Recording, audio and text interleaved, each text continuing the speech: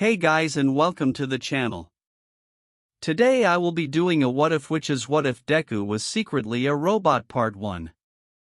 I did not make this what if fan fiction. The author of this amazing fan fiction is Bardathron, so please support their work, and if you like the video be sure to leave a like and subscribe. Chapter 1, Jump.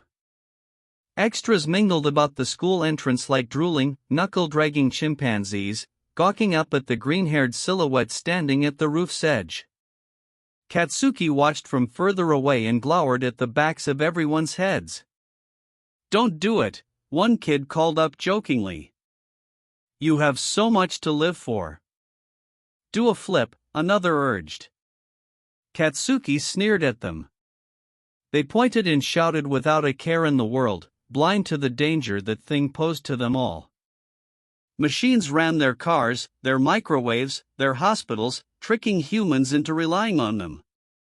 It was only a matter of time before they pulled the plug and watched as everyone drowned in their own stupidity. Katsuki growled, popped some nitroglycerin in his hands, and vowed he would never let it happen. He would become the #1 hero and expose Deku for what he really was. A teacher, noticing that the students hadn't scurried off like startled rats, stepped outside and saw the cause of the commotion. "Midoriya, please come down.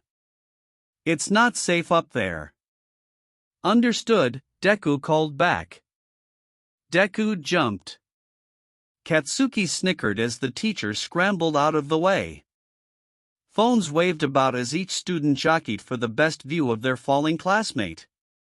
With a thunderous crack and the screech of warped metal, Deku hit the ground in a kneeling pose.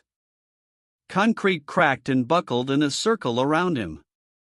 The useless extras oohed and awed as Deku stood and dusted himself off. The knee he had landed on refused to straighten all the way. Noticing this, the teacher rushed over and said, "Oh God, Midoriya, would you like me to drive you to the hospital?" "No need," Deku said. "This will be simple to repair." As Deku sat down and pulled back his jeans, Katsuki shouldered his way past the extras. A blade protruded from Deku's finger. He slid it through his skin and peeled it back.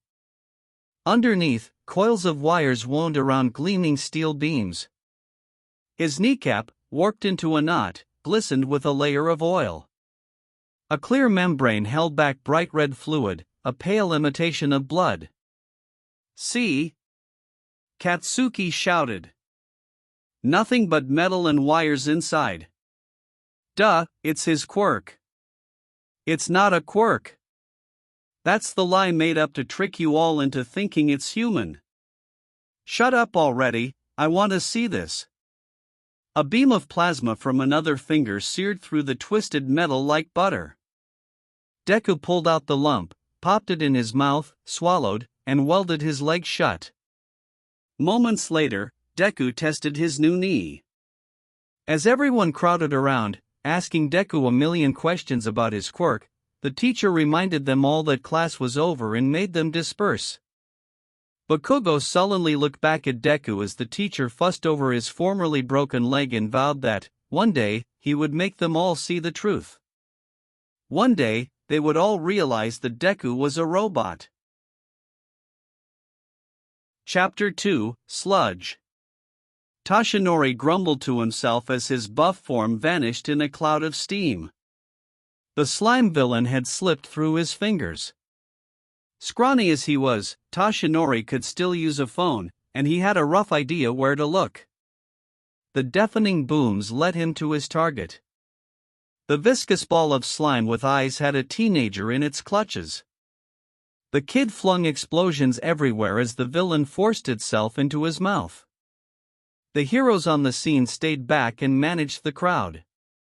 Kamui Woods would light up like kindling, Mount Lady wouldn't fit in the cramped alleyway, and Backdraft had raging fires to keep under control.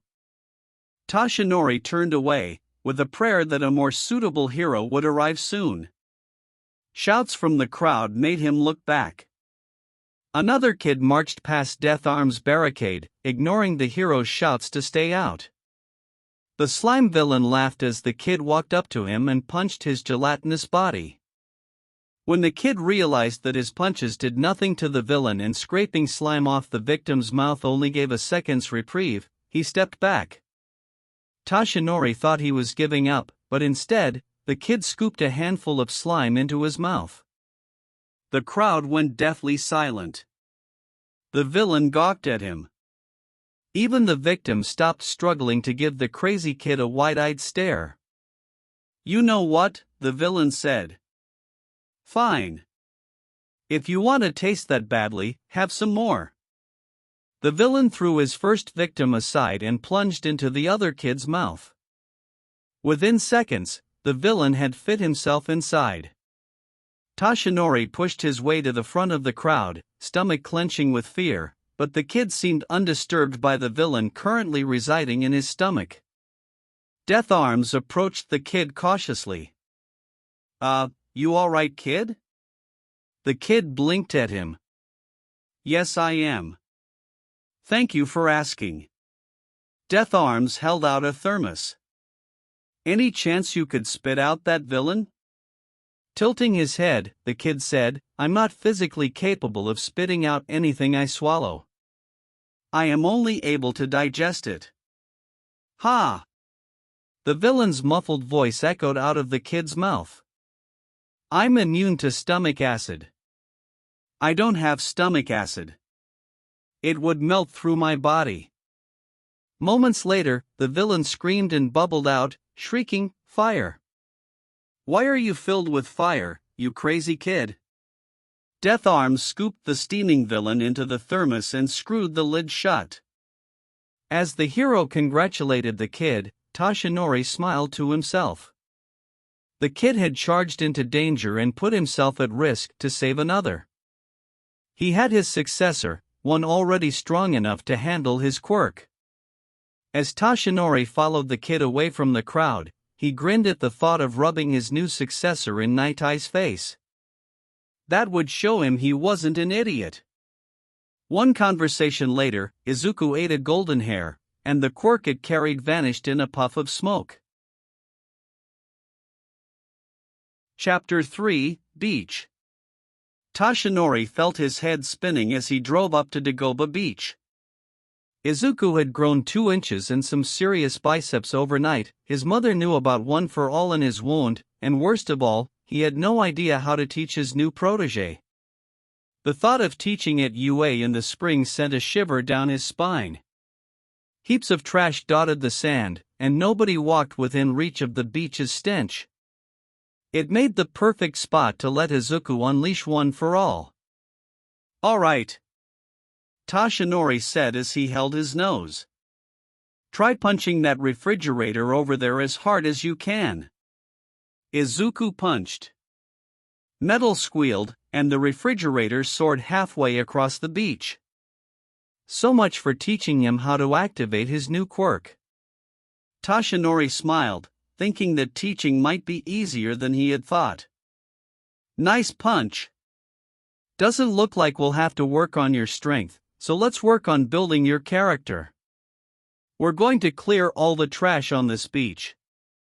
"Understood." Izuku looked around. He walked up to a rusted car missing its front hood and 3 tires. His fingers sprouted serrated claws that gouged a chunk out of the side. Unhinging his jaw, Izuku shoved the entire piece down his throat. Toshinori watched in silent fascination as Izuku ate the entire car. The skin on Izuku's back split apart. A giant shaft, sporting long, spindly arms and thick, stumpy legs, grew behind him. As Izuku walked forward, the new appendages snapped more trash around him and shoved it into his back.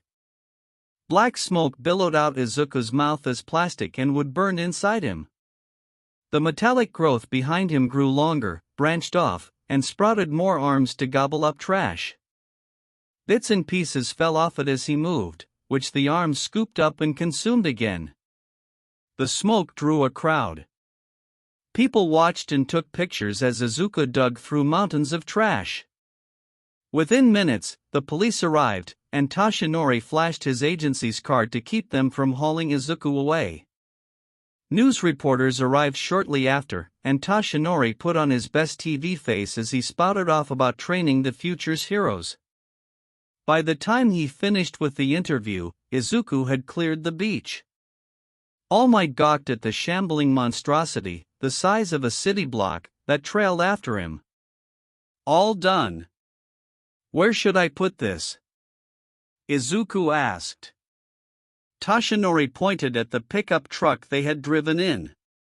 I only brought that to take away the trash. Understood. The appendages curled up on themselves like a giant roly-poly. When Izuku rolled it into the truck's bed, both bumpers hit pavement and the tires flew off the axles. Izuku shifted the weight around until the entire mass rested on the flattened truck, and asked, "What next?" Toshinori told himself Izuku just misunderstood him as he changed into his hero costume. Chapter 4, Crossing. Having banked on the beach cleanup lasting a few months, Toshinori scrambled for other training methods. He settled for the tried and true method of wandering aimlessly and hoping to come up with a good idea somewhere. At a busy intersection, he found inspiration in the old woman waiting patiently for a crossing signal. "All right, Midoriya, this will be a nice, simple warm-up. See that old lady there? Help her cross the street." Instructions confirmed. Izuku hoisted the elderly woman onto his shoulders. Toshinori cringed at the rough handling, but the woman only seemed intrigued by her new vantage point. While traffic still passed through the intersection, Izuku ran towards the crosswalk and cleared the street in one leap. Concrete buckled beneath the force of his landing, and other pedestrians scrambled out of the way. The woman whooped with delight. Pointing across another street, she shouted, "That way." Before Toshinori could stop him, Izuku leapt across the other street. Toshinori ran after him, but with only half a lung to work with, he could only watch as Izuku shrank into a green speck down the street. One police car raced by him, sirens blaring, then another. A whole squad of cars barreled down the road after Izuku, and a horde of news vans trailed after them. When Toshinori finally caught up, he found a blockade set up around Izuku. Half a dozen news teams had cameras trained on Izuku. "Put down the old lady and keep your hands in the air," one officer shouted through a megaphone. Izuku tried getting the woman off his shoulders, but between the fact she clung to him and he couldn't lower his hands, he soon abandoned the effort. Unable to comply, Izuku told the officer. "You'll never take me alive," the elderly woman shouted. As she happened to be a voice actor for multiple shonen protagonists, the officers mistook her voice for Izuku's and trained pistols on him. "He's resisting arrest. Take him down." Panicking, Toshinori buffed up mid-stride and raced in front of the officers. After a long conversation with Tsukachi over the phone, he managed to talk the officers out of arresting Izuku. The old woman grinned ear to ear as she stepped off Izuku's shoulders. "My, I haven't felt that alive since my husband ran off with some skank. If only I was 50 years younger." Izuku looked her up and down. "Indeed, you are alive. Have a nice day."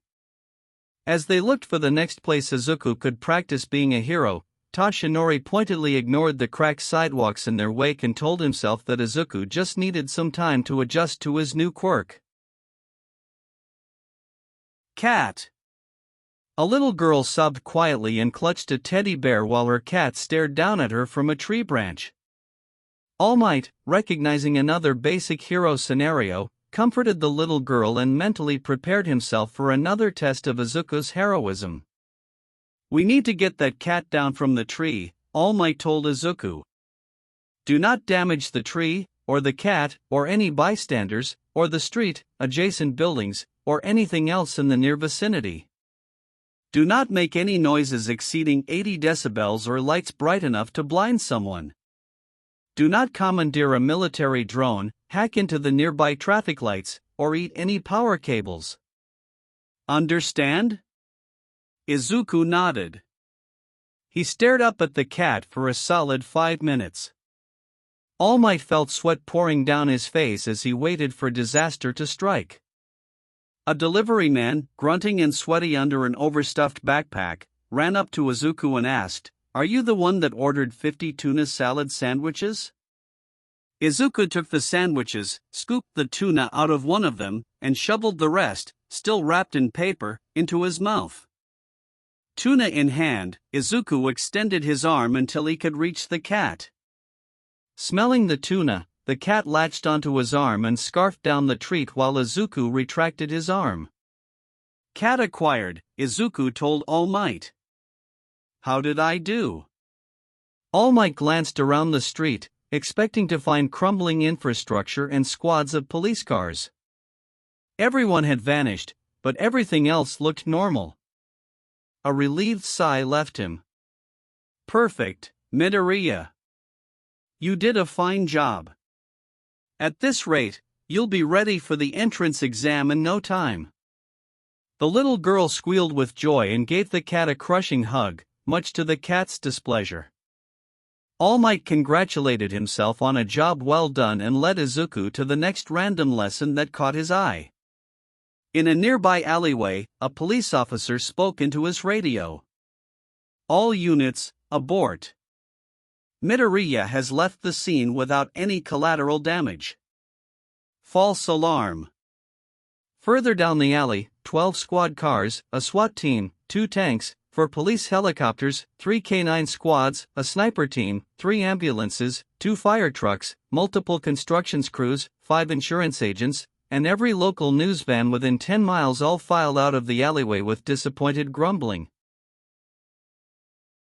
Start. Katsuki glowered at the extras around him as he filed into his seat.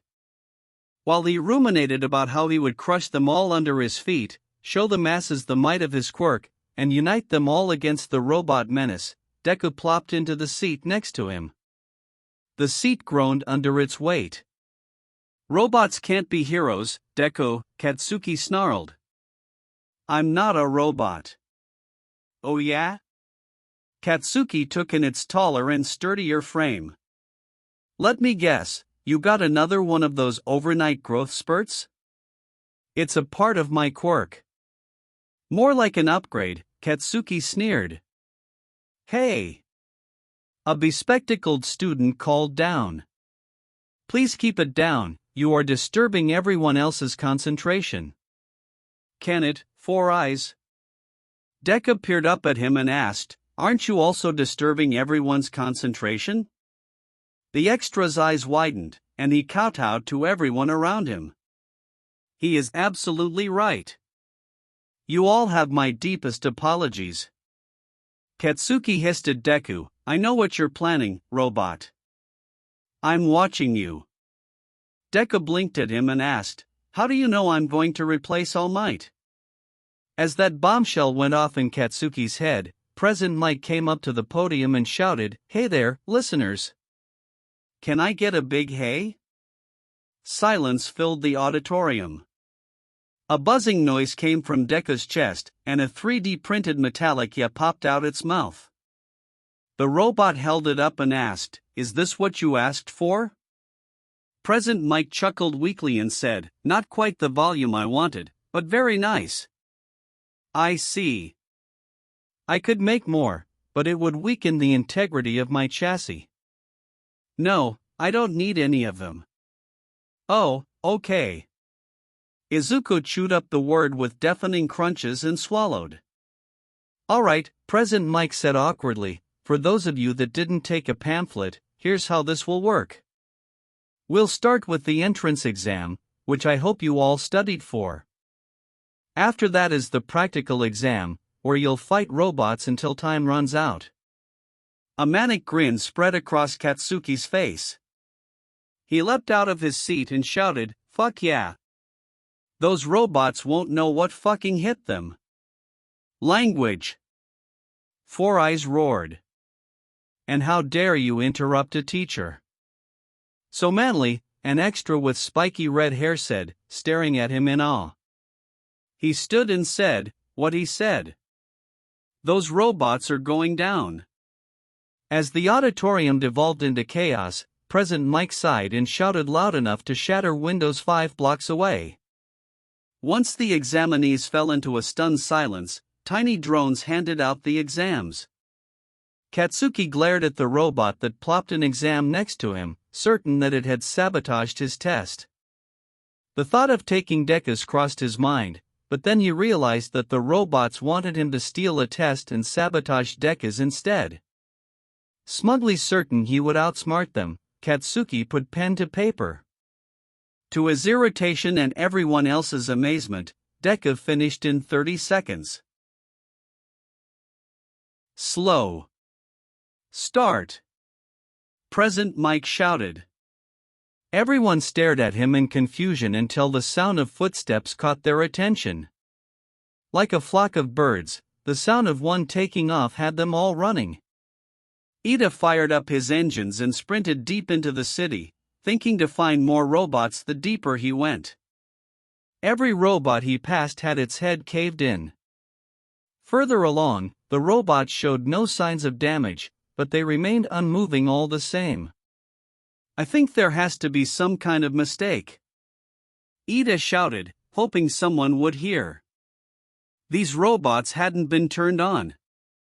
That's where you're wrong, little listener. Hizashi called from half a mile away. Another examinee turned those off. Better hurry if you want some points. Inwardly panicking, Ida sprinted to the far edge of the city, where he saw Izuku backflip over a robot and hit the switch on its head. Izuku looked around and said, "All targets neutralized." Awaiting further orders. Ida felt his heart drop. All his practice and training, spurning his brother's offer of a recommendation, all made meaningless by a single student in a couple of minutes. There has to be something I can do, Ida muttered weakly. As if in answer to his prayers, the ground shuddered. Concrete split open, and buildings fell aside as a mechanical behemoth lumbered towards the milling students. Ida backpedaled and said, "That's the zero-pointer. We should get out of here." Izuku didn't move. He stared inquisitively at the giant robot and said, "There's someone trapped in front of it." Ida froze mid-step. Peering at the rubble, he could just make out a cream-colored blob amidst gray chunks. She'll be fine. This is just a test, after all. The robot raised its foot. Izuku pointed his right hand at the behemoth. His wrist ballooned outward, while the fingers shrank into the opening. A green sphere pulsated inside the hollow barrel. With a high-pitched whine, emerald light burst from the cannon and slammed into the robot. White-hot metal gushed down its back. The zero-pointer shuddered, its lights flickering, and toppled backwards with a deafening crash. Ida gawked at the fallen robot. That was incredible. Truly, I am not deserving of being here if these are the standards students at UA are held to. As the dust settled, Nizu spoke through an intercom. He sounded manic, and the occasional giggle punctuated his voice. I have bad news and good news. Bad news, 3 students destroyed all the robots. Well, except in Area C, but no one cares.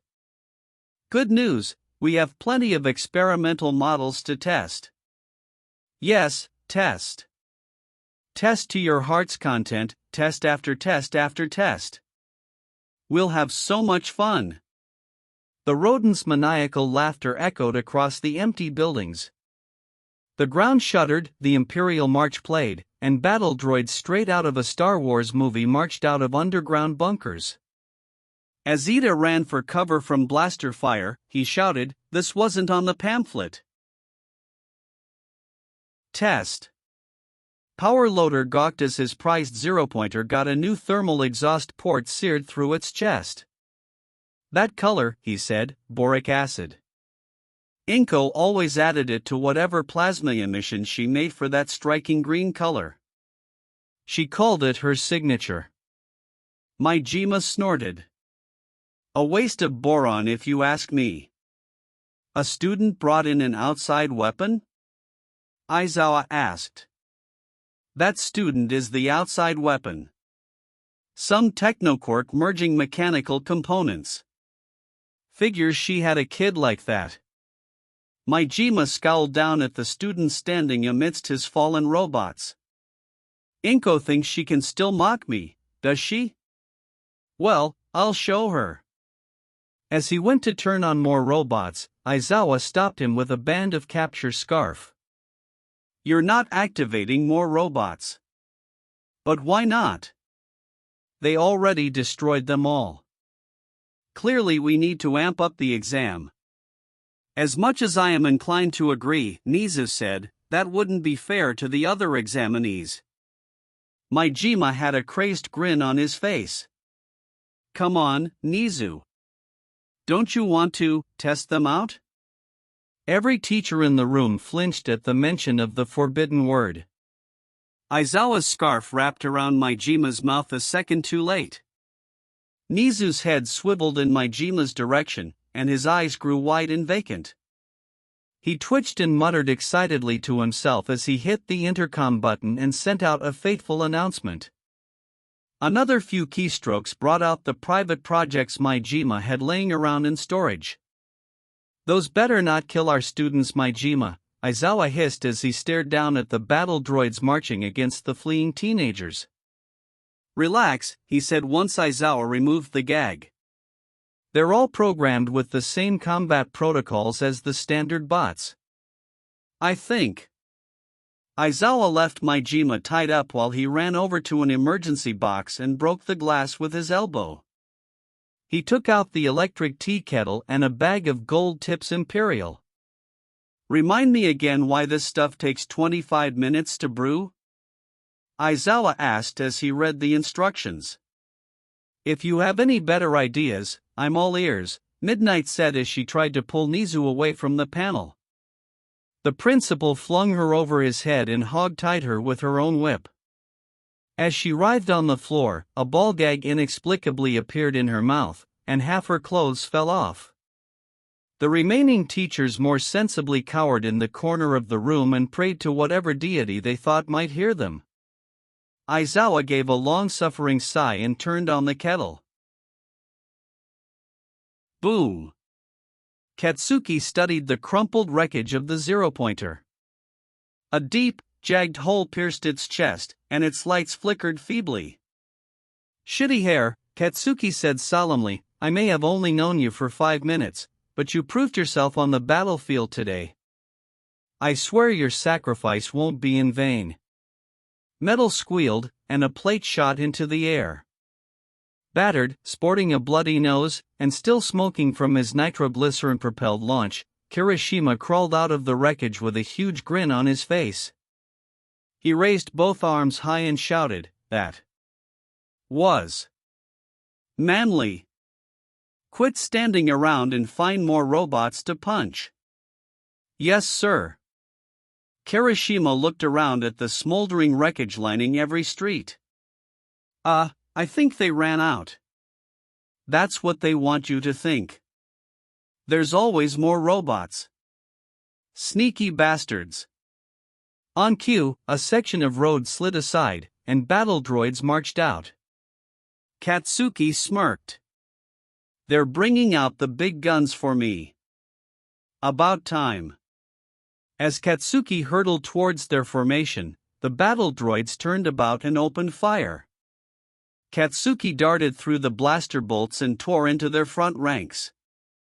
Metallic limbs flew, and heads shrieked as Katsuki yanked them off their bodies. Retreat, the droid commander called.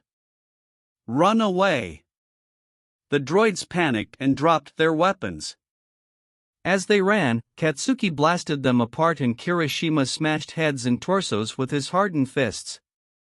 In an alleyway, one droid dragged another to relative safety. The fallen droid's chest smoked from a gaping hole, and its right leg had snapped in two.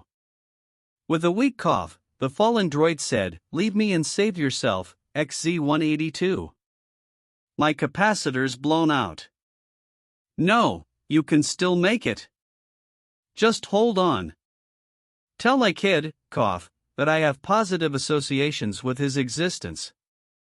The droid's lights winked out. XZ-182 held its fallen companion and shrieked, "No! Come back!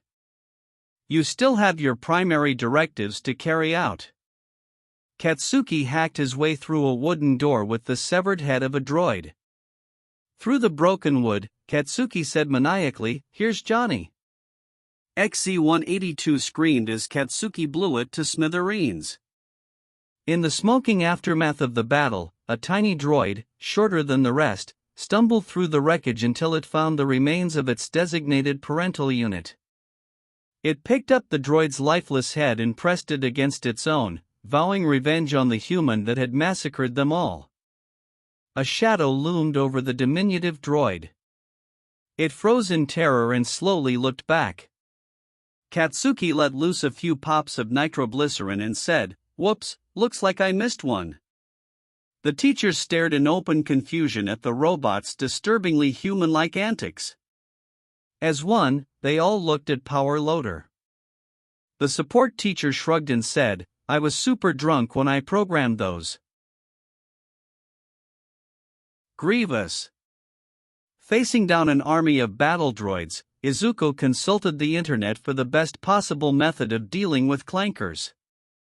The internet said lightsabers and acrobatics. Seconds later, Izuku grabbed the lightsaber out of his chest and did a double front flip into the middle of the droid army's ranks.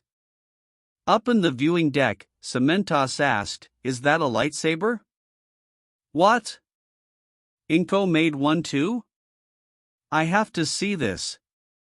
Power Loader struggled against the capture scarf pinning his arms to his sides. Aizawa scowled over the electric kettle and said, "You're on timeout for saying the T-word. Come on, please. I'll make sure the robots don't do anything too dangerous. They'll be fine, now sit down." At that moment, Mineta flew into the window. As Mineta slid down, ogling midnight before he fell off, Aizawa released Power Loader. "Fine, but you better dash." Maijima leapt to the window and said, "Yes. This is everything I ever wanted." Aizawa sighed and went back to the tea. As Izuku hacked his way through the droids, Ida crashed through their ranks and kicked their heads off. Izuku observed the carnage he made and said, "That appears far more efficient than lightsabers." The droid army, in full disarray, said, "What do we do?" The tactician droid smugly laughed and said, "Fret not, puny droid. I have the perfect plan. It's dash." A lightsaber speared the tactician droid from behind. As 15-287 held the dying tactician droid, it whispered, "Hit it until it dies." As the tactician gasped and shut off, the droid shouted, "You heard him. Group up and hit it until it dies." The clumps of droids fell like wheat with each swing of the lightsaber, and blasters made for poor melee weapons. As the survivors ran away, a shuddering cough stopped them. For lightsabers sprang to life as General Grievous stalked forward. Ida backed away, and Izuku blinked at the new arrival. His mother taught him exactly how to respond. In the voice of an actor 2 centuries dead, Izuku said, "Hello there." From the viewing deck, Maijima shouted, "Yes. It's everything I imagined. Come on, Grievous, I programmed your lines." General Grievous coughed again and said, "Your lightsabers will make a fine addition to my collection." "No!" Power Loader shouted. "Wrong line." Izuku cocked his head and said, "General Grievous, you're shorter than I expected. It's all wrong." As General Grievous spun its blades, Izuku charged up his arm cannon. The shot passed perfectly through the swirling blades and burned a hole through its chest. As Grievous fell, Izuku said, "So uncivilized." "Well, that was anticlimactic," Majima said. "Good thing I made more." At that moment, dozens of Grievous swarmed around Izuku. As Izuku charged another shot, some Grievous stabbed each other, some coughed and fell over, and one lopped off its own head as its lightsaber spun. Majima shook his head at the fallen Grievous robots and said, "Still have a lot of bugs to work out." Rainbow. "I think that's the last of them," Ida said. "Shouldn't we check on that girl you rescued earlier?" Walking over mounds of decapitated robots, Izuku and Ida passed the zero-pointer and searched the rubble. The rocks floating in the air pointed them in the right direction. "Almost, got it." Ochako's stomach heaved as she pressed her hand against another rock. It wobbled in the air. She moaned in frustration as she eyed the final piece, a brick facade 4 stories tall that pinned her legs to the ground. "Do you require assistance?" Izuku asked. "Oh, thank God." "Yes, please, let me just dash." Before Ochako could lighten the wall, Izuku flung it off her. Ida helped her up a little too fast for her stomach's comfort. "Oh no," Ochako said as she turned a violent shade of green. A glittering, rainbow-colored torrent gushed out of her as she vomited on the ground. "Do you require medical assistance?" Izuku asked. "No, I'm fine." More vomit cut her off. "Most undignified!" Ida shouted. "Why are you vomiting in the middle of the exam, on UA grounds no less? It's disrespectful to all the other students here, and all those who came before us, not to mention the teachers and whoever has to clean up after you." Ochako blared at him. "I can't help it, my quirk dash." "Your quirk is vomiting?" Ida asked, examining her closely as she heaved up yet more shimmering vomit. "That would explain the unique color." "It's just a side effect dash." "Analysis complete," Izuku said. "Analysis suggests that you either have quirk-induced nausea or cancer." Saw blades and scalpels sprang up at the end of Izuku's hands. "Commencing recommended cancer treatment." Ochako swallowed her next batch of vomit as the blades approached her. "I'm fine, see? Please get those away from me." The blades retracted into Izuku's hands. "Symptoms have stopped. Treatment successful. Please see a medical professional if remission occurs." Sure? So, what was this about more robots I heard about? I haven't seen any. Ida proudly stuck out his chest. My diligent friend and I have already cleared them out. Really? Ochako asked, pointing behind them. What about those? Schwarzenegger look-alike sporting leather jackets and sunglasses stomped their way through the rubble, shouting one-liners like, "Come with me if you want to live and I'll be back," in thick Austrian accents.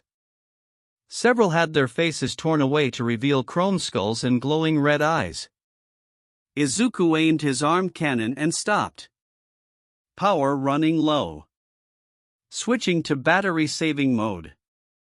Izuku walked up to a Terminator, grabbed its head, and bit clean through its face. Oil gushed down Izuku's chin as he chewed and swallowed the scrap metal. As the robot staggered back, it shouted, "It's not a Tuma." Ochako took one look at the mauled face of the bitten Terminator and threw up again. Tank. Blue blaster fire rained down on Katsuki as he raced into the ranks of super battle droids, holding Kirishima in front of him like a shield. The hardened students soaked up blaster shots with a grin. Once Katsuki broke through their ranks, he blasted Kirishima away, knocking over several dozen droids with the hardened missile. Further back, battle droids riding hover tanks watched the slaughter. "Any word from General Grievous?" one asked. Grievous number 47 asked us to kill the Jedi, and number 86 said to raise the ray shields, whatever that means. The first droid looked through binoculars at the carnage. That looks like a Jedi to me. Prepare to engage. The tanks rumbled forward, and the guns thrummed as their shots charged up. Katsuki glanced at them and grinned. Open fire. An earth-shaking explosion erupted at Katsuki's feet. Once the dust settled, nothing but scorched earth stood before the hover tanks. We did it, the droid shouted. We actually killed a Jedi. My manufacturer is going to be so proud of me. A shadow passed over the droid. It looked up just in time to see Katsuki's grinning, ash-smeared face bearing down on it. It screamed as Katsuki blew its head off. The droid driving the tank shouted up, "What's going on?" Katsuki grabbed the droid and tossed it over the side. The other tanks, seeing one of their own get hijacked, turned about and aimed. Scratching his head over the controls, Katsuki slammed down on the joystick. The tank lurched forward just as the two on each side opened fire. Both tanks erupted in balls of fire, and screaming droids crawled from the wreckage. Crashing through ranks of droids, Katsuki grabbed Kirishima by the shirt and hauled him inside. Drive. I've got more robots to kill. Kirishima grinned and drove the tank through every obstacle he could find, firing shots with the cannon willy-nilly and shouting, "This is the manliest day of my life." In the ruins of a building, Jiro huddled down with several other unfortunate test-takers as a horde of T-800 Terminators stalked through the streets.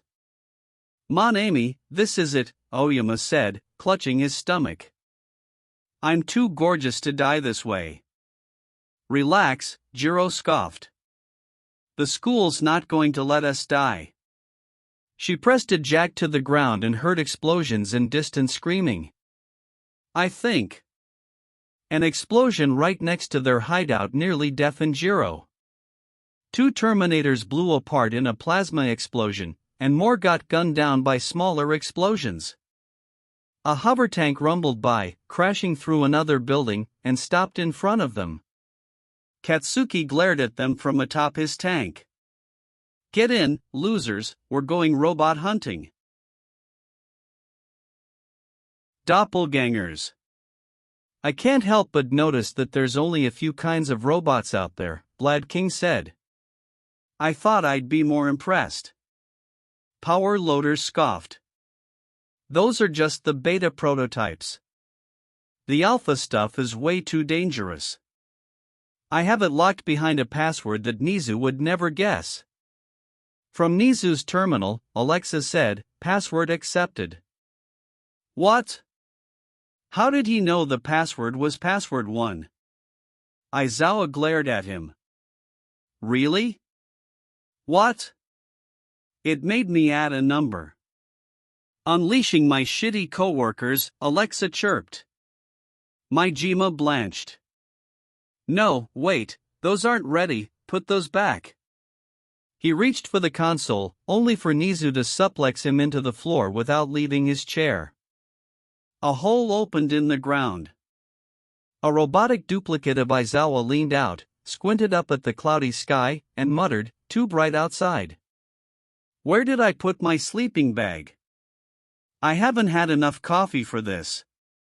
Everyone's expelled." Aizawa's eye twitched as he examined his robotic self. He turned his icy glare on Majima, who instinctively dug deeper into the floor. "Majima-san, care to explain?" From half a mile away, Present Mike cackled at the robot. "That's amazing. He nailed you perfectly." A robotic copy of Hisashi waltzed out and shouted, "Hey, look at me. I'm a hotshot radio host, and I'm going to sing loud enough to wake the dead while Majima's welding his robots together." Robot Aizawa glowered as Robot Hisashi sang Nickelback at full volume. "Hey!" Present Mike squawked. "I do not sound like that." "And Nickelback, really?" Robot Sekijiro stomped out and scowled at Robot Aizawa. This year, my students will beat yours. I'd better go over to Maijima and demand he give all my students the best gear possible, and before Aizawa gets his. That will show him. As more and more robots marched out, more and more glares turned on Maijima. The support instructor nervously chuckled and said, "One of my students must have snuck in those voice prompts." Still bound up, Midnight said, "Take it easy on him. It's all in good fun, right?" The Midnight duplicate walked out, scantily clad in a bunny-eared playgirl costume and flaunting its well-crafted cleavage. "Yoo-hoo, Maijima honey, where are you? Mommy's feeling needy tonight." The ropes fell away as Midnight stalked over to Power Loader. Sensing his imminent death, Maijima crawled back in a corner and trembled. "Looks like somebody's been a bad boy." Midnight cracked her whip. "You need to be punished." Over in Area C, students cowered in an alleyway as Terminators and battle droids marched past. "What if we surrendered?" Mineta whispered. "Are you crazy? You saw what they did to that other guy." The scaly teen shivered. "I can still hear him screaming." A teacher passed by, and Mineta rushed out. "Aizawa-sensei, there's too many of them. What do we do?" Metallic red eyes glowed balefully at them. Robot Aizawa's capture scarf grabbed Mineta and slammed him through a building. "You're expelled." Mecha. "I think this exam is going well," Ida said as he and Izuku plowed through another shambling group of Terminators. "Our enrollment should be assured." "Speak for yourself," Ochako said as she clutched her stomach. "I'm still feeling nauseous." The ground shuddered. More holes opened, and from them lumbered steel behemoths. A grinning skull face stared down at Ida as machine gun barrels spun in its arms. "I take it back," Ida shouted as he carried Ochako to safety. Rubber bullets chipped the concrete in his wake. "We are highly unprepared for this turn of events." Izuku leapt into the air and came crashing down on the robot's head. The mech's torso crumpled under Izuku's fist. "There are stationary mechs just north of here," Izuku told them. "It appears that we can pilot them." Ida took one look at the swarm of giant robots stamping through the city, some comparable to the zero-pointer, and made a mad dash for the empty mechs. In a clearing surrounded by toppled buildings, 3 mechs hunched over, their boxy black cockpits open and vacant. 2 had black paint jobs and handheld assault rifles, while the third sported pink colors and jagged metal claws on one arm. "Ooh!" Ochako perked up at the sight of Gurren. "I call dibs on the pink one." While Ochako clambered into the pink one, Ida skeptically eyed the Barais. "Are you sure we will be able to pilot these?" "Why wouldn't you? The controls are quite simple to understand." "Really? I'm glad that whoever designed these had usability in mind designing their interface. Very responsible of them." The moment the hatch of the Gurren closed, it spun in circles violently enough to stir up a dust cloud. Inside, Ochako felt her stomach flip as she wrenched at the joysticks. Quickly losing control over her stomach, Ochako threw up while the Gurren spun, spewing rainbow fluids everywhere. As rainbow sludge dripped out of the hatch, Maijima wailed, "Don't throw up in there. I just put in the upholstery." Meanwhile, Ida frowned in confusion at the perplexing wall of buttons and dials in front of him. He gripped the 2 joysticks and said, "Izuku said this would be simple, and I should trust in my companion. This should be the throttle, right?" When he inched both throttles forward, missiles fired out of the Burais' shoulders. As 2 mechs rounded a corner, they both took missiles to the face and fell in smoking heaps. "Whoops. Maybe this one?" Harkon grabbed a building, yanking Ida forward. As he fell, he slammed into another mech and crushed it beneath him. I have to get back up. Maybe this button would help? Rocket sprang to life on his legs, plowing the fallen mech forward. He hit 2 more mechs along the way and ground them to scrap. As Ida crashed into a building and brought it down on yet more mechs, Majima smiled in approval. I'm impressed he knows how to pilot that. Lemons. We're screwed, Jairu said as Kirishima rammed the tank into a giant robot. We are so screwed. The robot grabbed the tank on either side and tore it in half like a plastic bag. Jairu and the other students on board tumbled out like fruit snacks. Bakugo launched himself through the air and blew a hole through the robot's torso like a very angry jalapeno wasabi fruit snack. Screw you, I was still using that. Kirishima shouted at the smoldering remains. Guys? Jiro asked. Now what? What do you mean now what? Bakugo asked. He pointed at a throng of giant robots. We fight them, of course. On foot? Siro asked. We'll be crushed. Literally. Jiro plugged her amp into the ground. Thanks to the magic of sound waves and plot convenience, she found a horde of humanoid robots just around the corner, painted in variations of red, white, and blue patterns. Each had guns or swords crossed behind their backs. Sweet. Siro said. We can use the mechs to destroy the mechs. Bakugo walked up to one and blew it to smithereens. As he went to the next one, Siro held him back with a roll of tape. What the heck, man? We can use those. Bakugo pressed his face into Siro's and gave him a deranged, wide-eyed stare. That's what they want you to think. They make things easy at first, then you get complacent, and that's when they get you. Well, it's that or get crushed by giant robots. I think I'll take my chances. Siro hopped in one, and the hatch slammed shut. Seconds later, every part on the robot vibrated violently. It collapsed into a heap with Siro still clutching the twin joysticks, head rattling from the vibrations.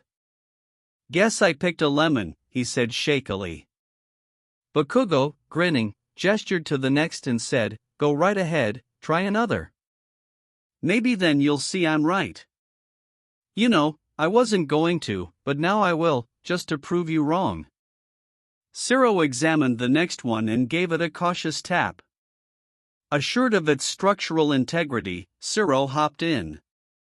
After it closed, smoke poured out of every crevice of the mech. The hatch flew open, and Siro staggered out, covered head to toe in soot and missing an eyebrow. Nope, I've had enough. Let's just move on. Siro took one step before a tremor shook the ground. Off in the distance, a behemoth raised its head over the rooftops and scanned the area. Swallowing nervously, Siro ran for the largest robot of the bunch, said a quick prayer, and hopped inside. Moments later, it flew apart in a fiery explosion, for once not of Katsuki's doing. Hair splayed back and slightly charred on the front, Siro stared out from the crumpled heap of his cockpit. He wrapped his tape around another robot and toppled it. Nope, I'm done. Destroy them all.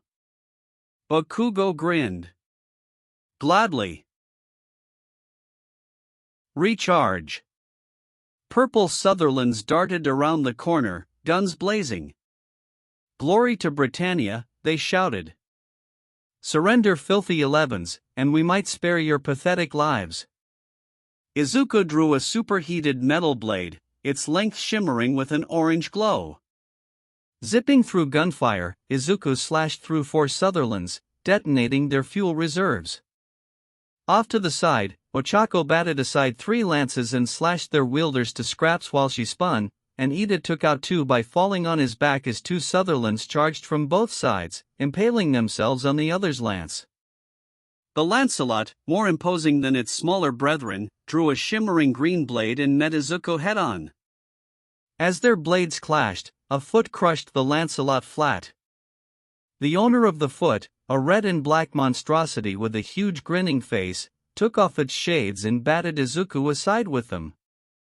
His mech fell apart as he landed inside a building.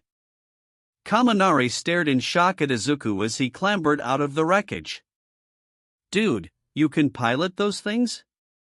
Izuku looked back at the mangled wreckage of his Burai. "This one can no longer be piloted. I recommend finding an alternative means of destroying robots." Right. Ida and Ochako both landed inside the building. Ochako groaned as she flopped to the ground and said, "Ugh, I can feel the earth spinning." "You seem to be suffering from severe motion sickness, or you have cancer." Preparing surgical equipment. Ochako sprang to her feet. "I'm fine." The Gurren tore off the roof and grinned down at them. Ochako swallowed and said, "I'm less fine now." Kaminari smirked. "Don't worry, I'll send this one packing. 10 million volt highly discriminate shock." In true discriminatory fashion, the electricity spewed homophobic slurs as it shot at the Gurren. However, the electricity curved around and struck Izuku instead. Oops. Izuku audibly hummed as his battery accepted the overloaded power. Charge complete. Returning to high performance mode. Green charged plasma burst through the Gurren's torso, coming out the other side in a spiral shape. Sato glanced up at the collapsing mech and back at the student that put a hole in it and asked, "Mind if I come with you guys?" "What?" "No, I'll be fine by myself," Kaminari said, his voice slurred. "Those robots won't know what hit them." A Terminator drop-kicked him from across the room. It had both hands around Kaminari's throat before Izuku sliced it in half with his lightsaber. Panting hard and given a thorough vibe check, Kaminari wizened up and said, "On second thought, I don't mind giving you a hand." Bigger. "Is that tea almost done?" Present Mike shouted from a mile away. "Feels like this test's been going on for 4 weeks. "Yeah, hurry up on that," Power Loader chimed in. "I think I'm running out of robots." "How are you running out of robots? You've got Borg and Cybermen out there. Aren't those the same thing?" "They're not, you Philistin. One's a cybernetic hive mind that incorporates any organics they run across in Star Trek, and the other is a cybernetic hive mind that incorporates any organics they run across in Doctor Who." "Enough, you two," Aizawa snapped. 5 more minutes on the tea. Then we get to clean up this mess." Nizu, having heard that, stopped sending orders to the army of robots at his fingertips and called up the big boys. Off in Test Area C, which lacked a walking weapon of mass destruction or a walking weapon of mass destruction with attitude problems, Kota and Mineta huddled together in a cramped hollow beneath a toppled building with a group of terrified, generic students. Just outside their meager shelter, a swarm of Daleks floated past, shouting exterminate in tinny voices as they fired lasers at some poor victim. Cybermen stomped past, stopping to peer into the abode as the students all scurried behind rocks before moving on. "Dude, are those flying trash cans? I bet we could take those." "You bet we could take the battle droids, and look where we ended up," another student snapped, who sported blaster burns on his back. "Just shut up and hope we don't get caught." "Should we make a break for it?" one whispered. "Are you kidding?" Mineta asked. "Last time we tried, this human-looking robot yeeted me into a wall. I'm still picking masonry out of my hair." He pulled a brick out from behind his ear and said, "See. Kota wished he had an animal to talk to. Of course, they all had the sense to flee the area the moment robots from every major franchise opened fire in the streets. A rumble in the ground silenced the students. The earth groaned as the largest opening yet slid open in their mock city. From the gaping abyss, a robotic leviathan, shaped like a bipedal dinosaur, lumbered onto the streets, shattering concrete and shaking the ground with each step. As it loomed over the ruined edifices around it, Mechagodzilla let out an ear-splitting roar that shattered every pane of glass around it. As one wall gave out from the quakes, exposing the students both to the giant robot dinosaur and the assembled armies milling about the streets, Mineta fell to his knees, crying as he wailed, "I want to go home." The Cyberman that threw Mineta half a mile didn't quite have the upper arm strength to oblige his request, but at least it made the effort. Hydra. Jet fuel can't melt steel beams. Kaminari said woozily from Izuku's back. Sparks ran along Izuku's body as he fired a laser beam through a battalion of Robocops. "Is he okay?" Ochako asked. "It's his quirk, apparently," Sato said. "He gets stupider as he uses it. The moon landing was a hoax." Kaminari shouted. Bender Bending Rodriguez leapt out of alley and swung at Ida. Laughing, the robot bent over and said, "Bite my shiny metal ass." "Okay." Izuku chomped a hole in the metal. Bender looked at the damage, said, "My programming isn't designed for this shit," and unscrewed his own head. "The earth is flat. I don't see it curving underneath our feet, can you?" "Warning, low battery," Izuku said, looking back at Kaminari. "I estimate I have 2 minutes of run time until Kaminari-san's IQ hits the single digits. COVID isn't real. It's a hoax invented by Bill Gates to put microchips in the vaccines." Ochako shuddered. "If that's what he's saying now, I don't want to know how much stupider he can get." The ground shook. 3 robotic, serpentine heads slithered from the depths of UA, each scanning their surroundings and firing plasma beams at anything that moved. Izuku pinched Kaminari, shocking him into shocking Izuku until he had no charge left. Kaminari dropped to the ground with a dopey grin, giving the sky a thumbs up and mumbling, "Aliens made the pyramids." "I've analyzed the specs of the Mecha Hydra," Izuku said, pointing at the giant robot. "Each head has a distinct computer, and the entire structure is designed to build 2 heads for each one that's destroyed. The only way to disable it is to simultaneously destroy all 3 computers located in different spots in each head." "Excellent work, Midoriya," Ida said. "Did you use your quirk-enhanced senses to deduce all that?" "No, I consulted the internet. My Jima-san made a Facebook post 3 days ago at 2:03 a.m. with full schematics and combat data for this robot." "Even cleverer. Excellent researching. I was right to hold you in such high regard. It will take all my power to fire a shot strong enough to take out all 3 computers. Ida, I need you to keep their attention." "Understood." "Ochako, make me lighter." Holding back her vomit, Ochako tapped him and gave a queasy thumbs up.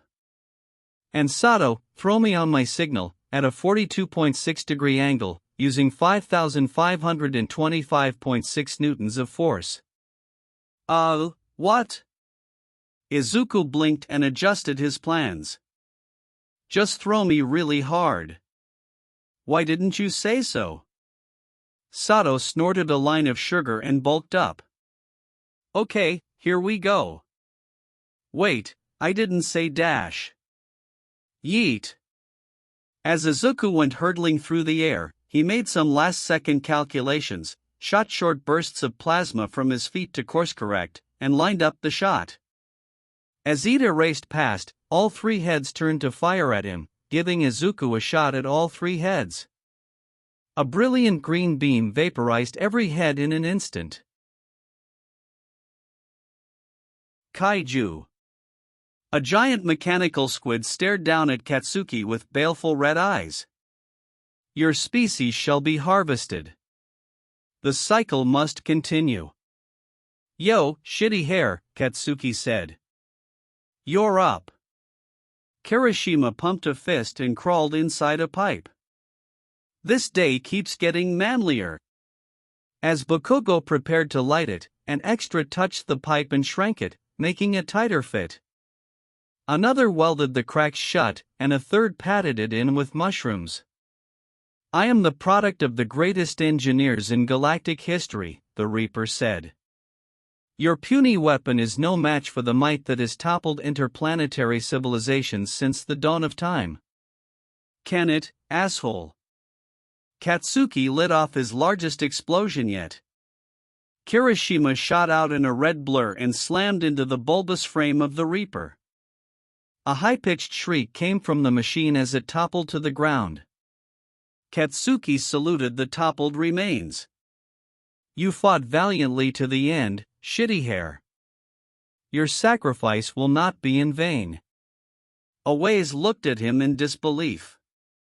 You killed him to take down that robot? Katsuki grabbed him by the collar. He gave his life to protect humanity. It's a sacrifice any of us might need to make.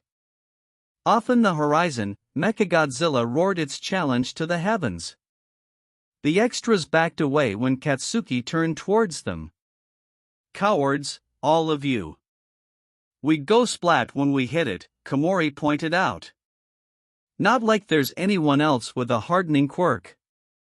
Over in Area B, as Tetsutesta wriggled on the ground hogtied with droids standing guard over him, he shouted, I know I'm missing something super manly right now.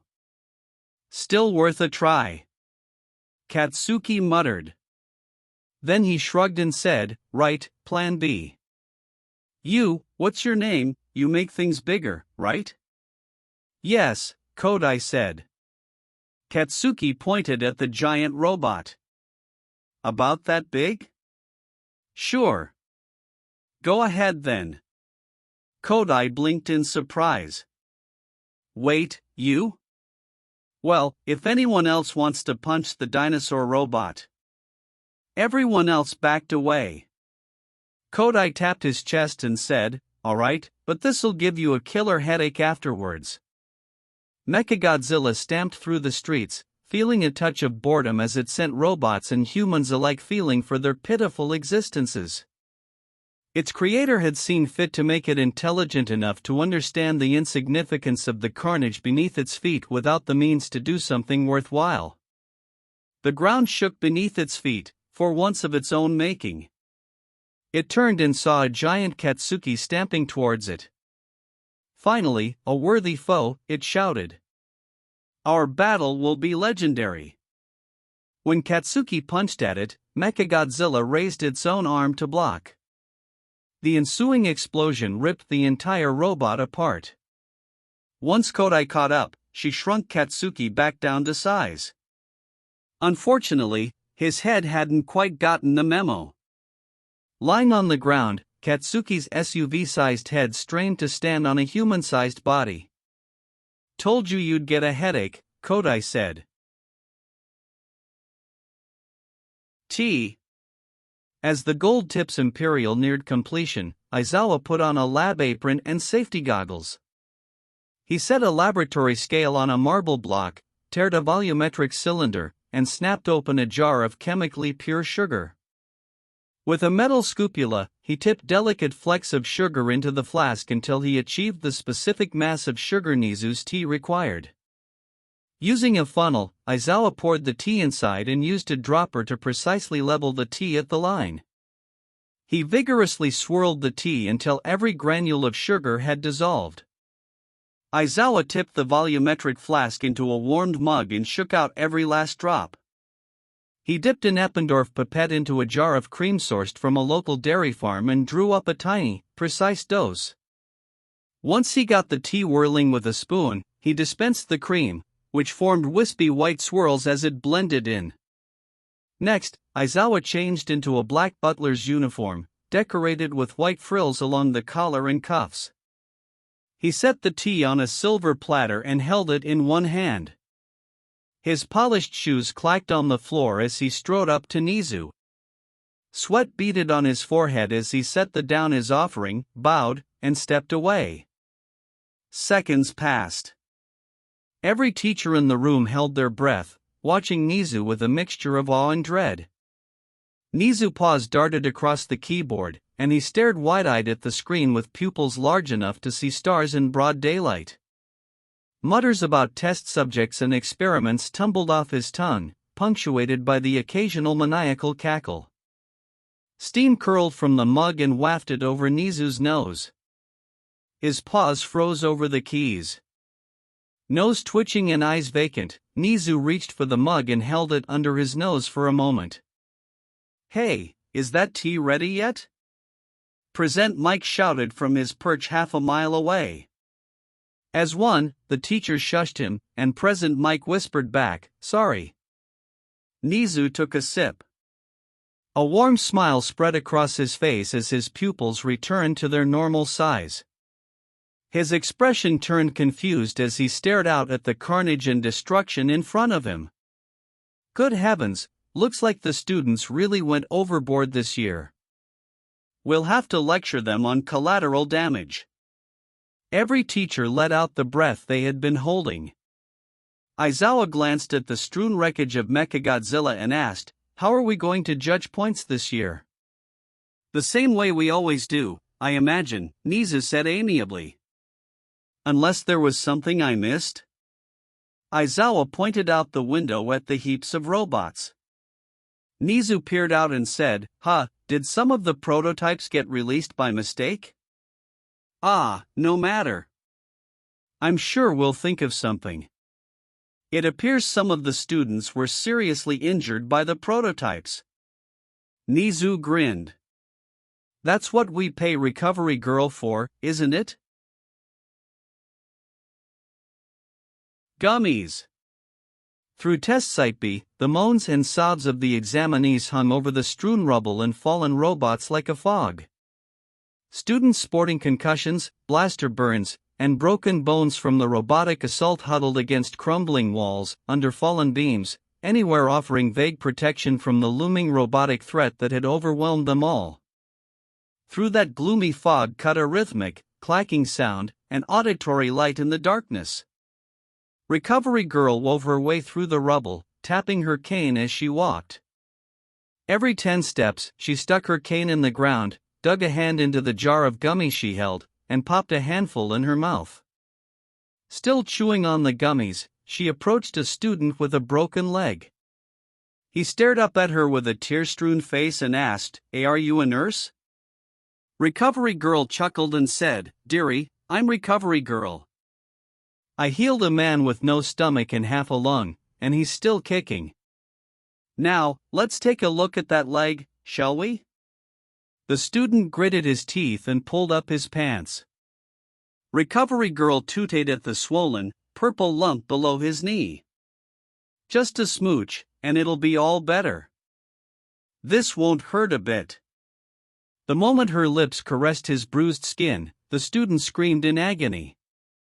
Flesh writhed as the bone fragments wriggled back into place and fused together. As the swelling died down, the student screamed, "Just cut it off. Please. Make it stop. All better." Recovery Girl held out her jar of gummies and said, "Here, have one. Healing like that takes a lot out of you, and these will perk you right up." Still sobbing, the student took a gummy with shaky fingers and chewed it. Within seconds, their expression turned vacant, their eyes staring out into the cosmos. A shudder ran up their spine, and their pupils grew large enough to turn their entire eyes black. The student giggled and stroked a polka-dot pink giraffe that only he could see. As she strode up to the next student, whose right arm hung limp as a cooked spaghetti noodle, he gave a squeamish glance at the student currently tripping enough balls to fill every McDonald's mosh pit in the world. He said a quick prayer and asked, "Can I have the gummy first?" Recovery Girl shrugged and held out the jar. All the same to me, Sonny. Now let's fix that arm of yours. As the gummy kicked in, Recovery Girl kissed his broken arm. The student stared numbly at the arm as it writhed like a snake until it straightened out. He tried to bend it back over, but Recovery Girl swatted at him with a cane until he stopped. Once she drugged up and healed the students at Site B, she turned towards Site A and marched forward, scarfing down gummies as she went. Skittles. The moment Izuku shot the Mecha Hydra, the force from his plasma projectile slammed him through a brick wall. The side of his face slammed on stone, wrenching his head aside. Undeterred by the damage he had taken, Izuku shoved his way out of the rubble. Ida rushed over to where Izuku had landed. To his relief, his future classmate stood and stretched his arms. Most excellently done, fellow student. Your plan was flawlessly executed, and I am honored to have been a part of it. Ochako and the others arrived next. She pointed in horror at Izuku and said, "Your head's backwards." Izuku looked down and saw his own backside. Ah. One moment please, I shall recalibrate my next rotation. Seizing his head with both hands, Izuku wrenched his own head aside with a sickening snap. Turning back around, Izuku rolled his neck and said, "Recalibration complete. Thank you for providing feedback on my hardware issue." Ida gasped and said, "My word. You should have left such a grievous injury to a professional medical expert." The others covered their mouths, turning green. Ochako ran aside and vomited rainbows on the ground. Kaminari, wobbling on his feet and giving everyone a vacant expression, meandered up and said, "Hey guys, where'd that giant lizard go? I wanted to touch it." He noticed the rainbow puddle on the ground. "Ooh, what's this stuff?" Before anyone could stop him, Kaminari dipped his fingers in the puddle and licked it. "Mmm, tastes like Skittles." Ida's mouth flapped open and shut, as if he were giving a stern lecture, but not a whisper of air left his throat. Izuku stared nonchalantly, blissfully unaware of the horror unfolding before him. The others buried their faces, too embarrassed to give Kaminari a much-needed reality check. Ochako stared back and forth between Kaminari and the vomit he had just tasted. Her cheeks bulged, then she vomited another torrent of rainbows at Kaminari's feet. Kaminari looked at the vomit, then his fingers, then Ochako, then back at the vomit. As fried as his brain was, it eventually gathered the disparate facts, compiled them in a semi-coherent report, and announced them before an assembly of the few functional neurons he still had rattling around his skull. Kaminari licked his fingers again, still struggling to come to terms with the reality unfolding around him. Sato sprinted away, struggling to keep down his own breakfast. Ida's face turned blue as his lungs stopped functioning. Ochako gave Kaminari a bewildered stare before vomiting a second batch. This time, Kaminari's eyes widened with shock. He wiped his fingers on his shirt, backed away from the puddle, and tried to scrub his tongue with his hands. Watching the chaos unfold, Izuku asked, "Should I sample some of the strange liquid as well?" Ida's eyes rolled into his sockets, and he collapsed.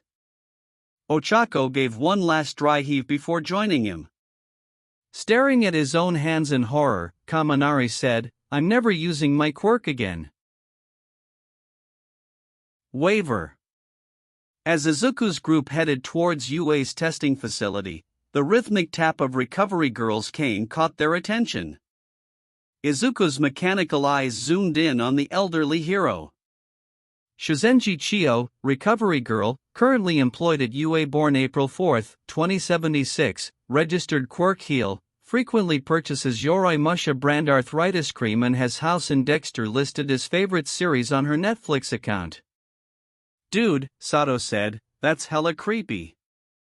Eyeing the students, Recovery Girl said, "Looks like you're in better shape than the others. Still, can't hurt to pass around a few gummies."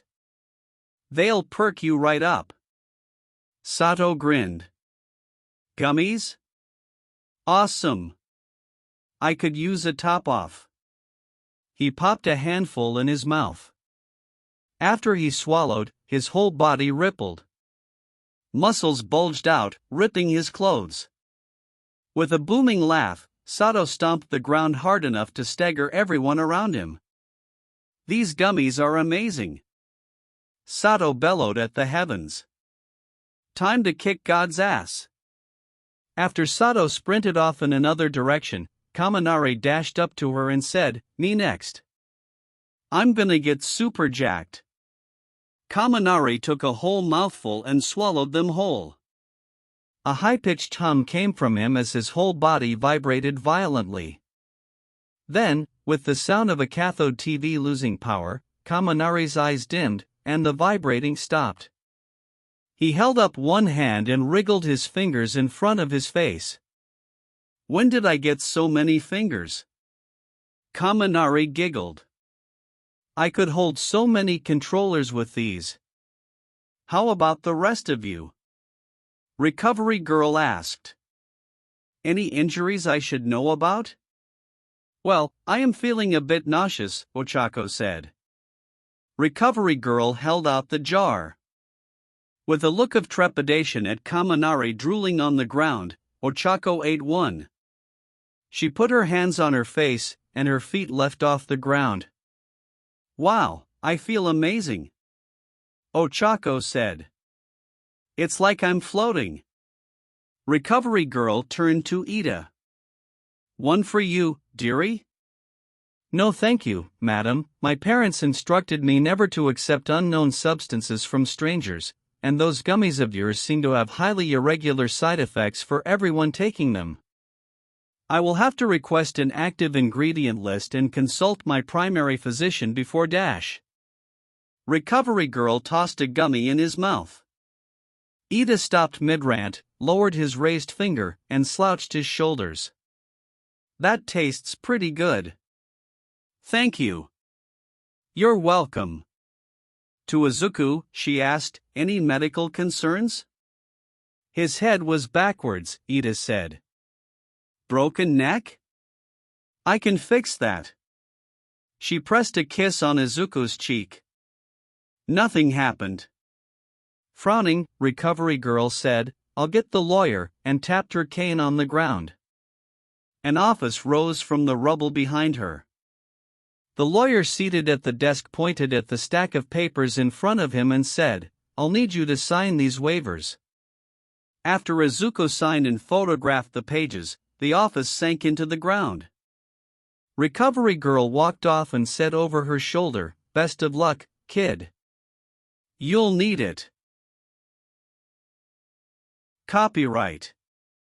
"Hey Powerloader," Nizu asked as he stared out over heaps of robots from iconic franchises, "did you consult our legal team when you made those robots?" Maijima shrugged. "It's not like we're making a video of this stuff, right?" From his perch half a mile away, Present Mike shouted, "It already has 50 million views." Nizu took a sip of his tea and said, "You do realize how cutthroat Disney can be when defending their IPs, right?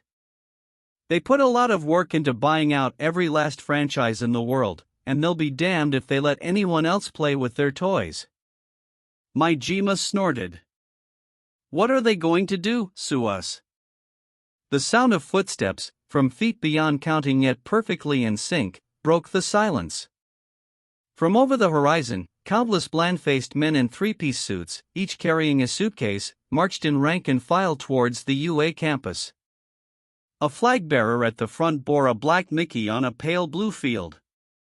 "Oh dear," Nizu said, "it looks like they're filing a cease and desist." "So, we just take back the video, right?" The ground shook. As the rank and file marched forward, a lumbering titan strode behind them. The hideous behemoth, covered in white plumage and wearing a blue sailor suit, its duckbill like two school buses crushed together, scouring the ground at its feet with its huge, bloodshot eyes, flattened the debris beneath its webbed feet. A thick iron collar clamped around its neck, and a team of lawyers wrangled it forward.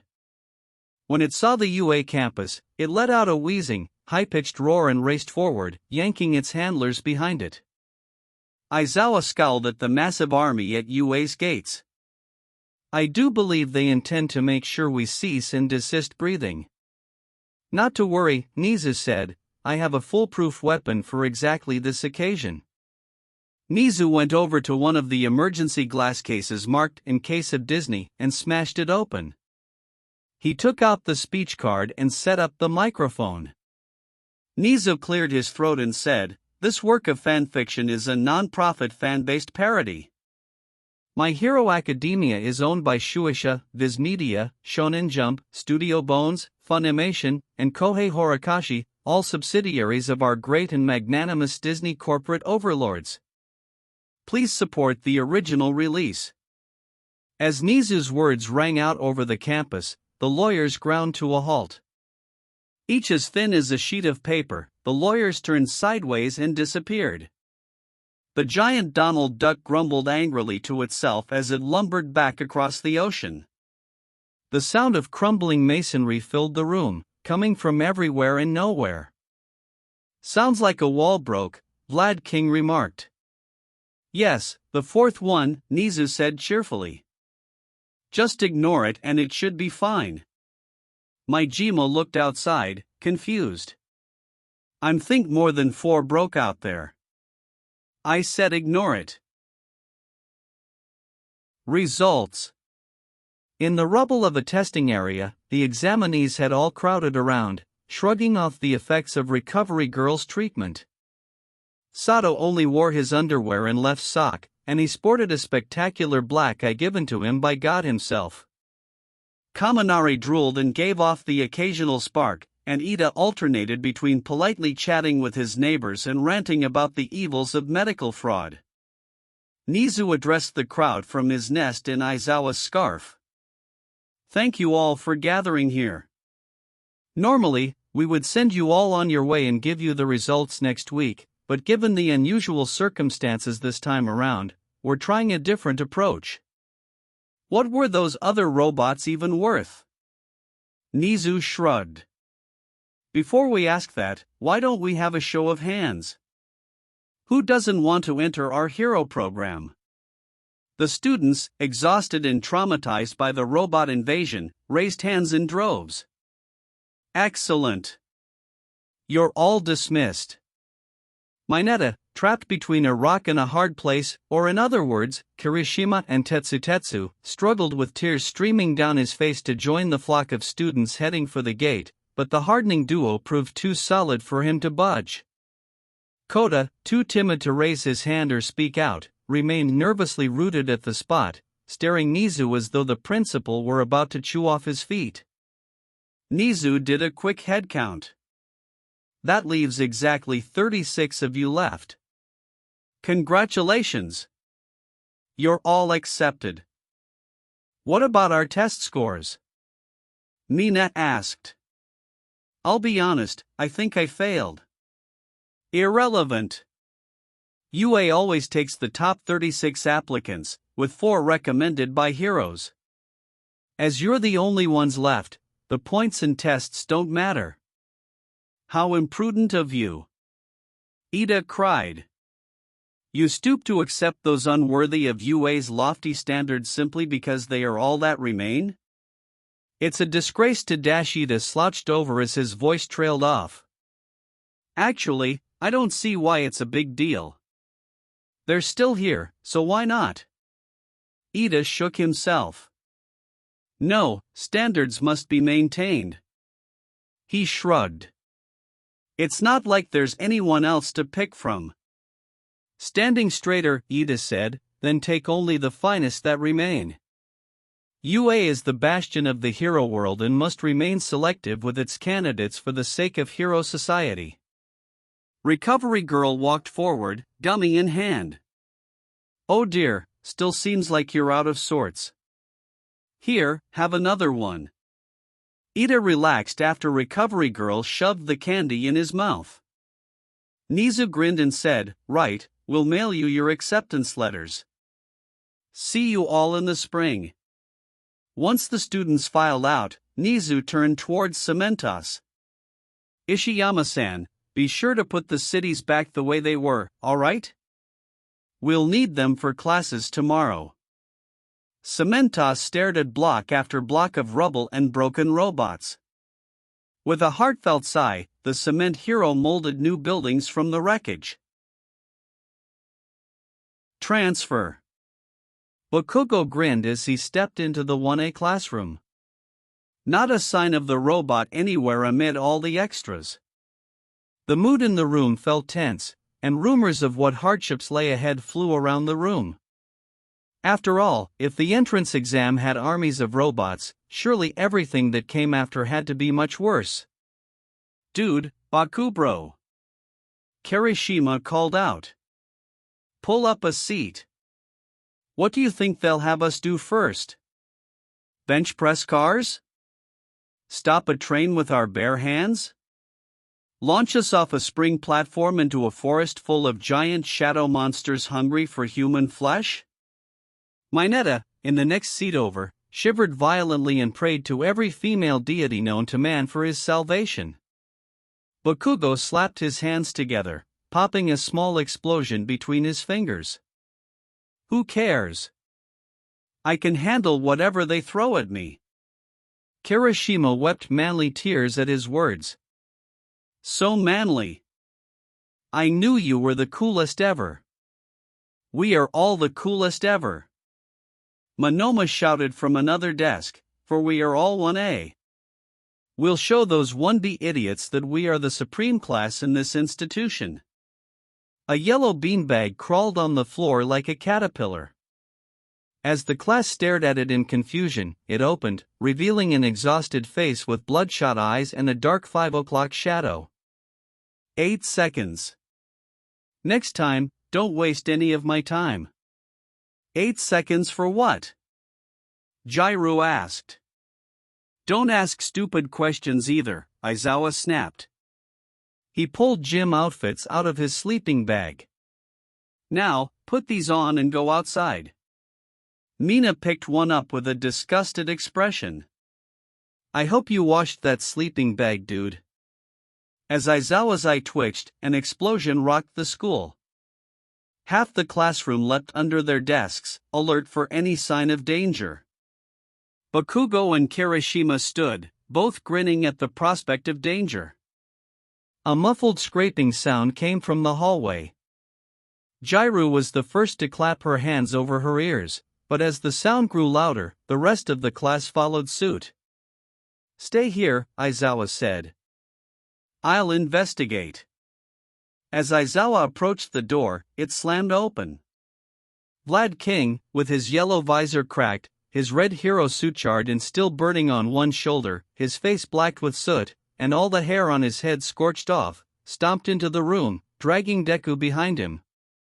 Heat curled from the arm still molded into a plasma cannon. He tossed Deku into a chair and said, Eeny, meeny, miny, mo. Vlad King pointed to each student, stopping just before the last syllable with his hand pointing at Deku. The teacher swallowed a grimace, pointed at Monoma, and grabbed him by the collar. As Momona was dragged from the room, he shouted back, 1B is better than you losers. Aizawa glared at the new arrival and said, I knew I shouldn't have given him that free transfer. Throw. Aizawa scowled at the collected students. Many of them wore the clothing with expressions of disgust. If they wanted to make it as heroes, they'd have to deal with far worse than a bit of BO. Throw this as far as you can without leaving the circle, Aizawa said as he tossed a baseball at Midoriya. Lowest score gets expelled. Wait, what? Mina shouted over the general outrage of the class. How is that fair? There's 6 other events. It's perfectly fair. That's not the point. If I hear more complaining, it'll be 2 people going home. That zipped up the class immediately. Midoriya stepped into the circle and stared out at the open field. Aizawa twitched an eye at the apparent waste of time. Midoriya. Will you be throwing that baseball sometime today? Calculations to maximize the distance achieved by the baseball's trajectory are still in progress. Approximately 46 hours, 48 hours, 47 hours, 69 hours. Katsuki scoffed. You need to give him a time limit or he'll be there all day. Aizawa inwardly groaned. Great, a special needs student, he muttered to himself. You have 60 seconds. From when? From the time I stepped into the circle? From now. Midoriya bit off his own pinky. Then he swallowed the baseball whole. Seconds later, he opened his chest and pulled out a metal sphere. His hand morphed into a plasma cannon, and he put the sphere inside. A beam of brilliant green light shot out, propelling the metal-coated baseball high into the air. A high-pitched scream of plasma crackling against metal set Aizawa's teeth on edge. While the baseball soared well out of campus grounds, Midoriya charged a second shot. Aizawa couldn't even see the baseball, but he could see the plasma glance off it as the extra shot pushed it even further. As Midoriya prepared a third shot, Kaminari whispered, "There's no way he's hitting it again." A third shot rang out. It vanished over the horizon. Aizawa checked his score, and it shot up even faster. Judging by the final number, it landed somewhere in Europe, preferably without killing someone. Bakugo, you're up next. What was his score? Katsuki snarled. Focus on your own performance. Fine. I'll just send it into orbit. Katsuki worked himself into a sweat, gathered it all in his hands, and slathered the baseball with it. With a tremendous wind-up, he shouted die. A tremendous conflagration engulfed the hot-headed teen. Aizawa winced as his ears were yet again subjected to unreasonable amounts of noise. As the smoke cleared, bits of blackened baseball rained down. You're not getting another one. Katsuki grinned. Like I need a pity throw. I know that had to beat Deku. Aizawa decided not to inform him that with the tracker destroyed, he didn't even get a score. Yaoyorozu, you're up next. When she pulled a cannon out of her chest, Aizawa groaned and covered his ears. Marathon. Aizawa had a quandary. On one hand, logic dictated that he pushes his students to their absolute limits to better understand their quirks and their mindsets. On the other hand, sunset was 10 minutes ago, most of his students had left hours ago, and Midoriya and Yaoyorozu were still running laps around the school. Well, Midoriya was cruising along on treads built into his feet, while Yaoyorozu rode the Segway she had made after her scooter ran out of gas, but Aizawa hardly cared about the semantics at this point. For some godforsaken reason, Kirishima and Bakugo had stayed to watch. Then the butler had shown up. Aizawa had called up Nizu to lecture him on security, but the rodent could hardly refuse one of the school's top donors. So, Aizawa sat ramrod straight, on his best behavior for the butler, unable to sleep a wink and dreading the patrol he'd have in an hour. His coffee and jelly packs had run out ages ago, and his scarf twitched with the badly suppressed urge to strangle everyone around him. Kick his ass, Ponytail! Bakugo shouted. Show that robot that humanity won't take this one laying down. Don't let him win. You are doing most spectacularly, Miss Yaoyorozu, the butler called out as he elegantly waved a Yaoyorozu sign he had retrieved from his limo. I have the utmost faith that you will put that rapscallion of a classmate in his place. Go Midoriya! Kirishima shouted. You're the manliest ever. Bakugo whirled around. The fuck? Why are you cheering for the robot? Well, everyone else was cheering for Yaoyorozu-san. It wouldn't be manly to leave Midori bro without any support. He turned back to the marathon and shouted, "You're also very manly, Yaoyorozu." The butler gave him an affronted look. "Why, good sir, Miss Yaoyorozu is nothing of the kind. She is the epitome of elegance and grace and has nothing of the boorishness of man.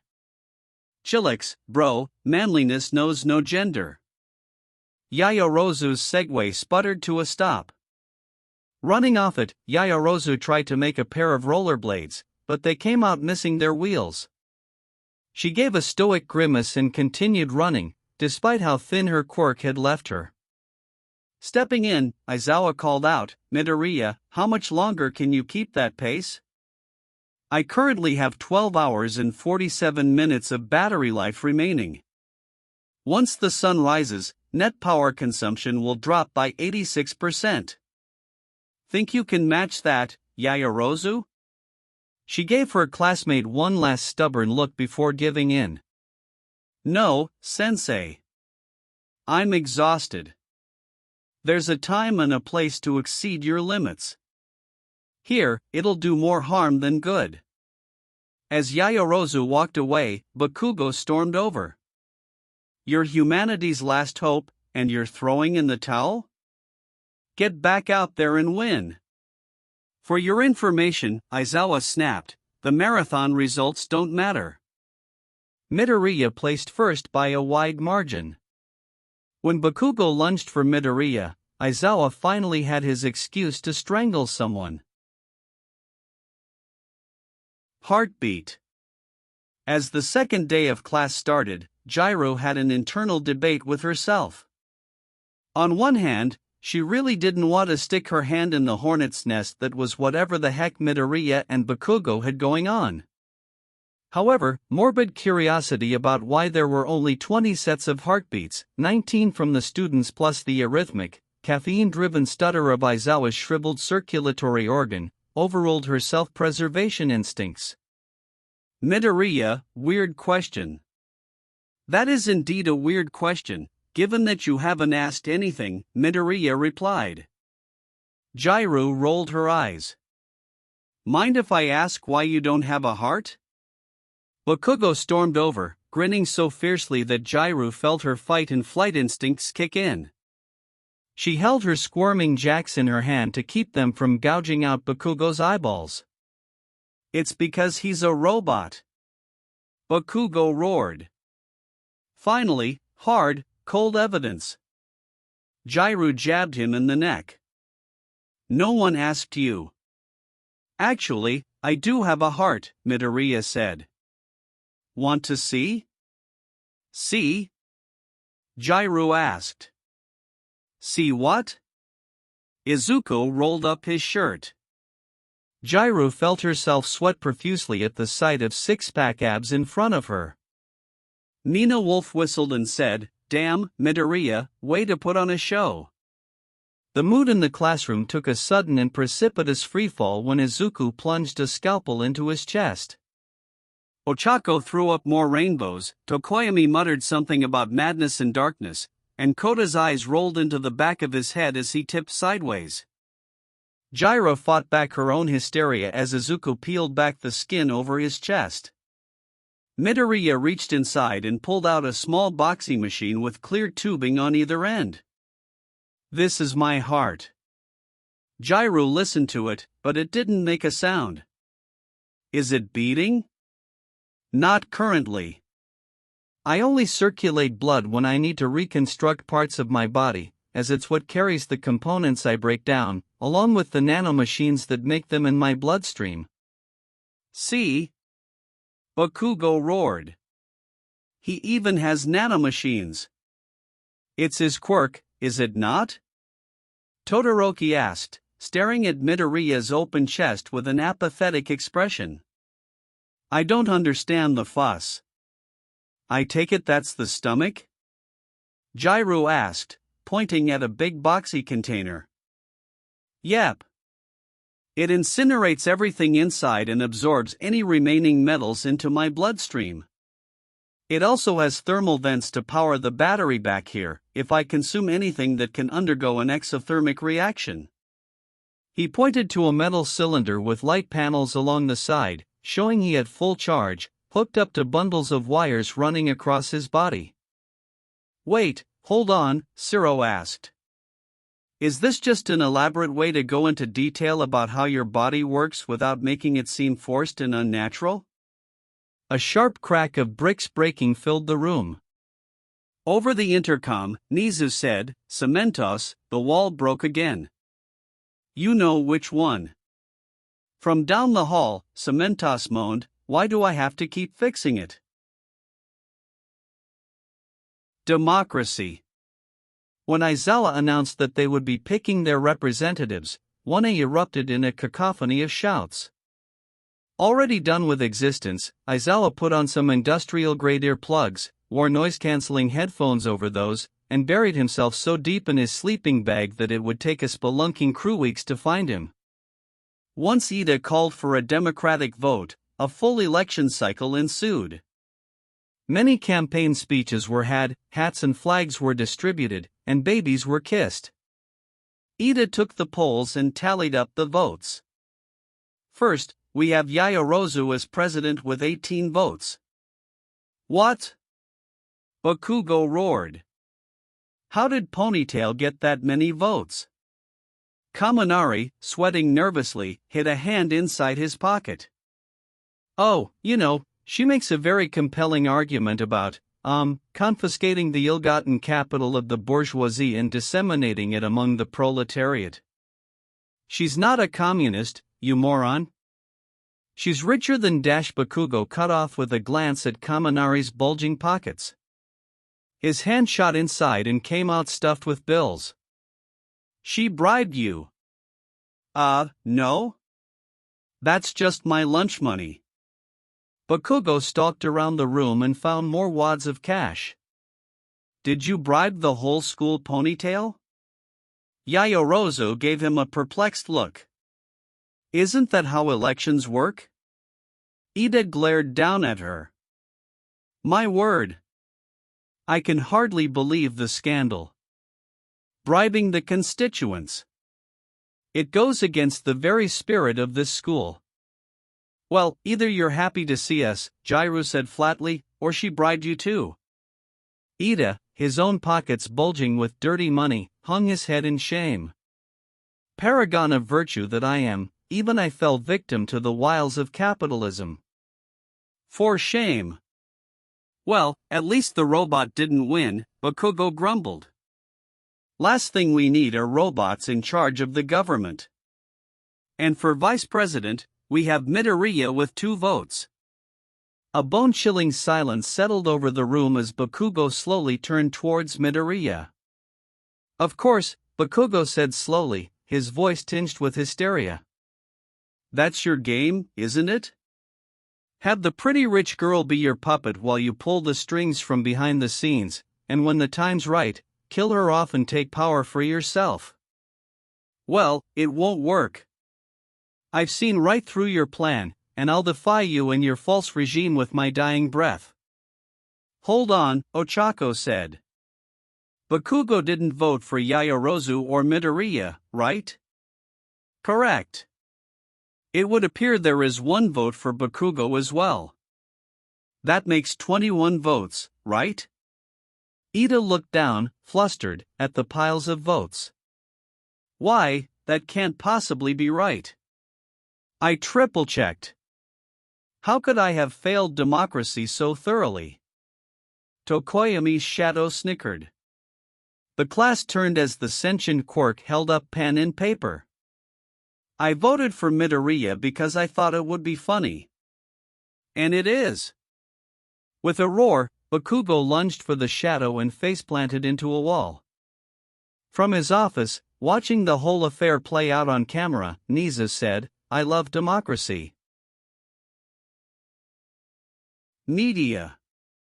An hour after word of All Might's employment at UA had reached the press, news crews from across the country rushed to UA's gates. For blocks, the streets were packed with reporters salivating over the slightest taste of newsworthy material. Yaoyorozu, having caught wind of the media frenzy, invited her classmates into her limo.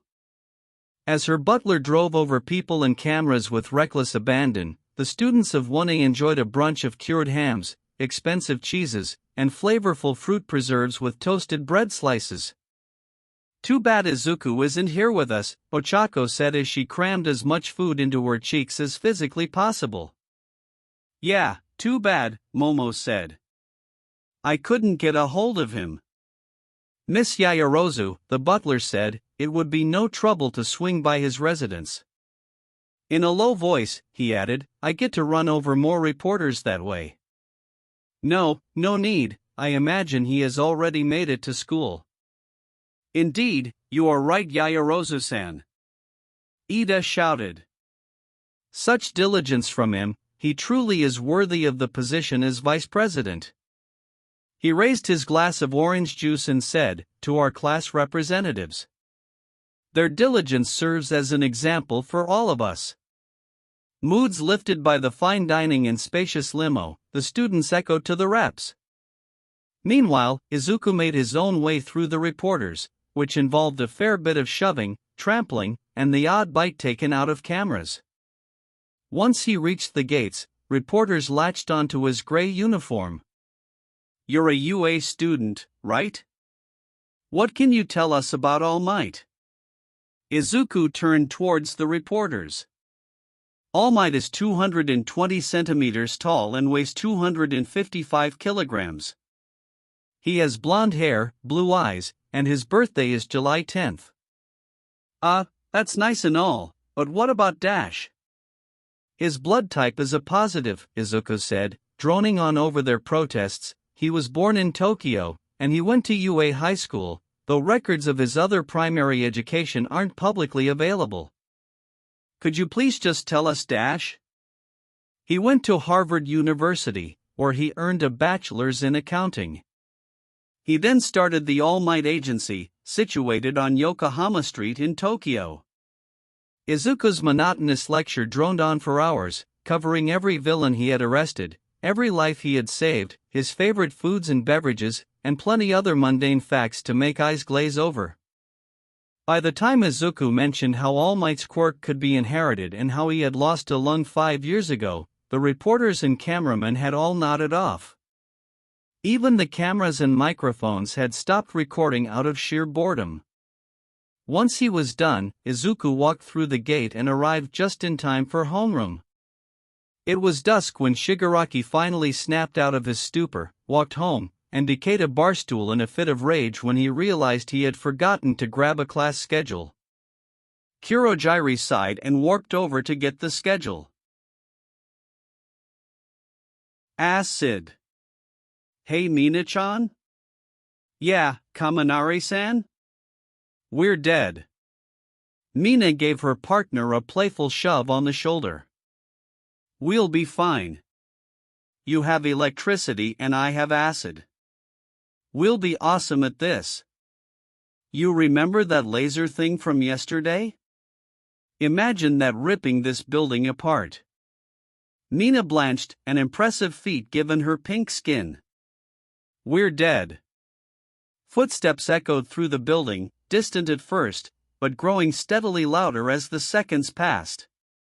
Sparks crackled across Kaminari's skin as he quaked in terror, while acid dripped from Mina's trembling fingers. Izuku walked into the room. Kaminari shrieked and said, 1 billion volt indiscriminate shock.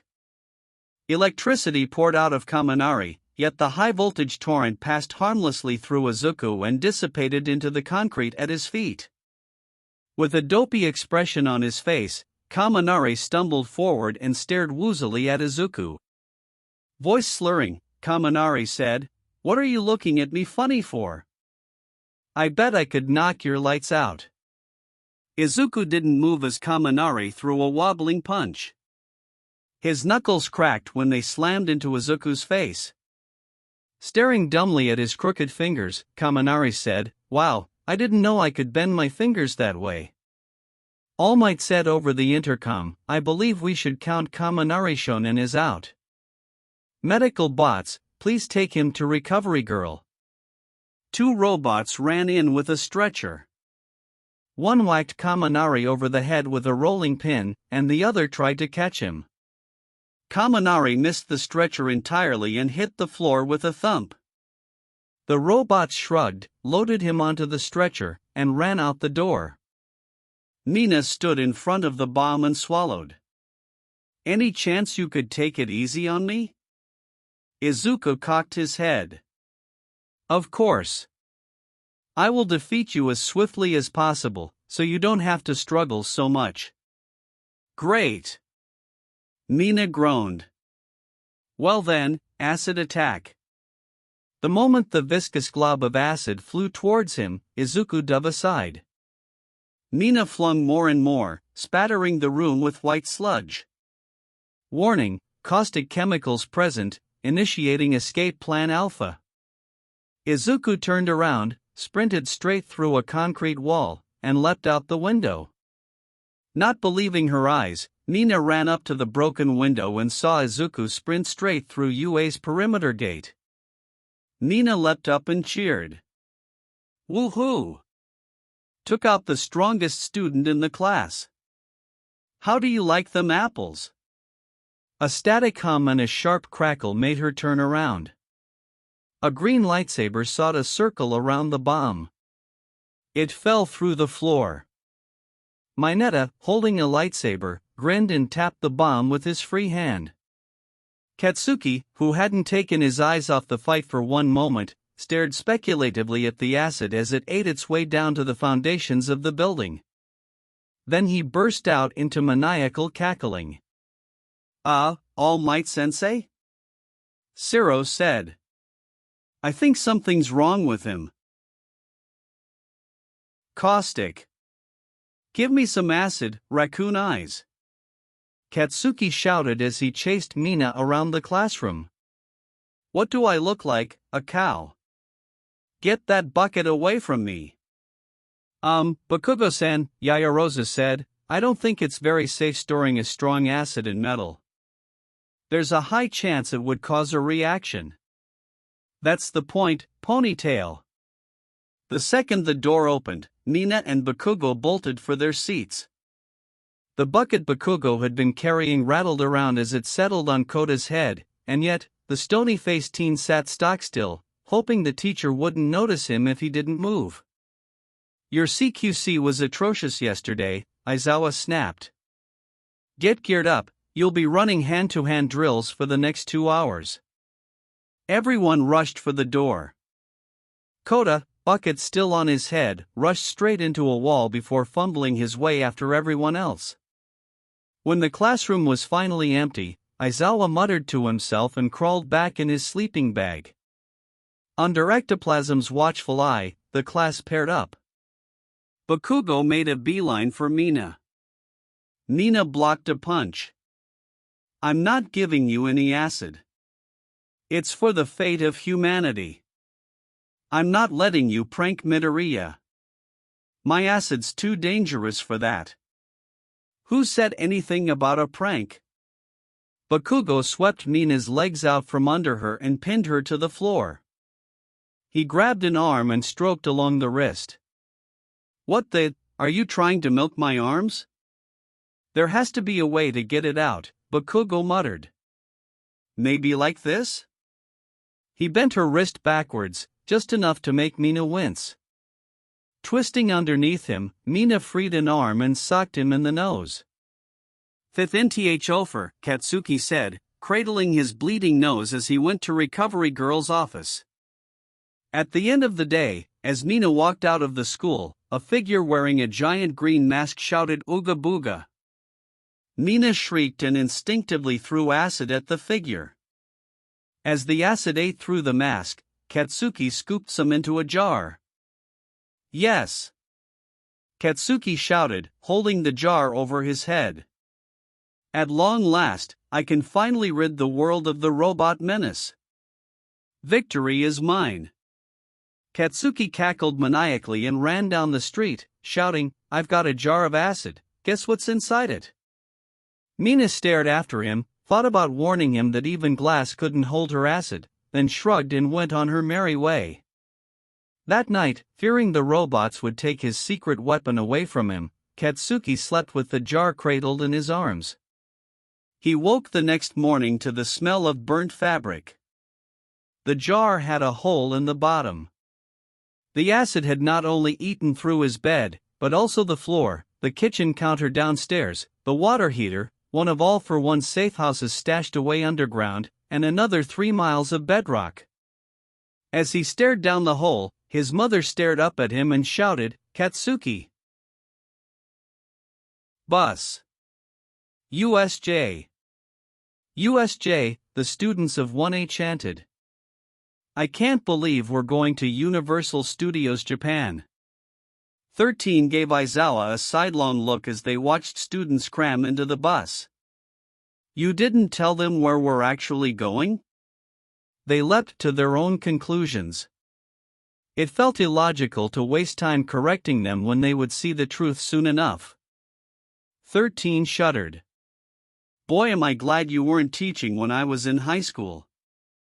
The bus lurched sideways when Midoriya stepped inside. The wheels bounced up and down with each step he took. "How much does he weigh?"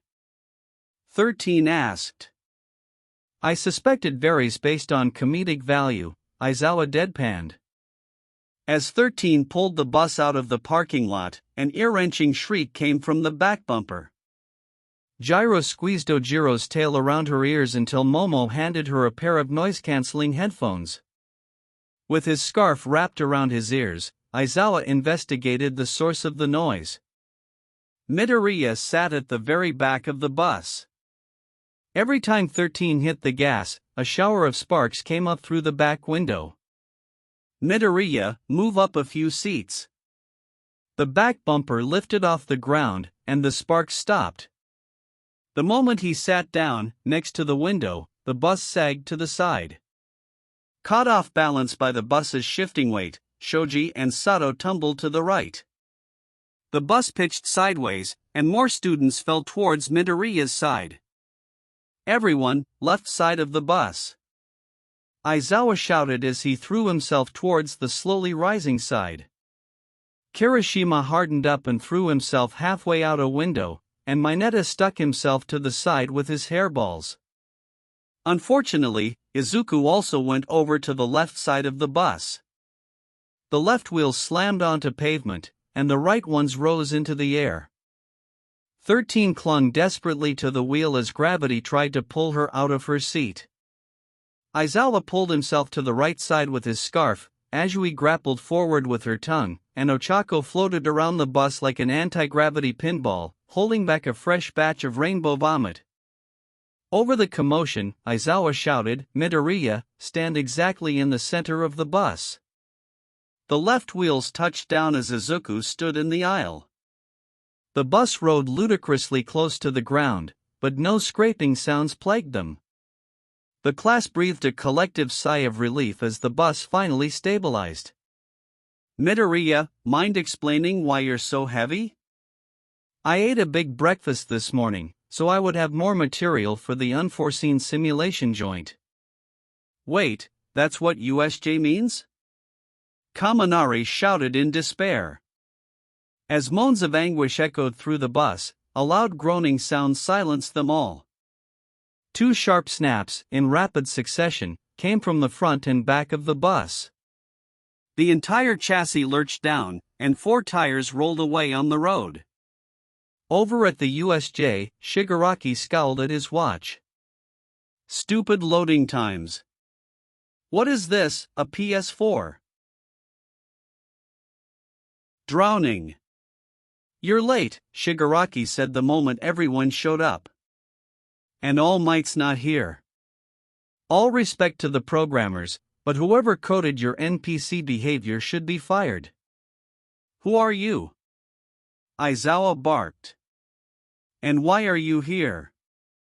"I had this whole villain monologue thing planned out, but we're behind schedule." "Kurogyri, do the thing." "What thing?"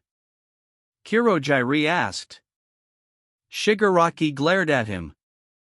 "We went over this. Just make the portals already." "Understood, sir."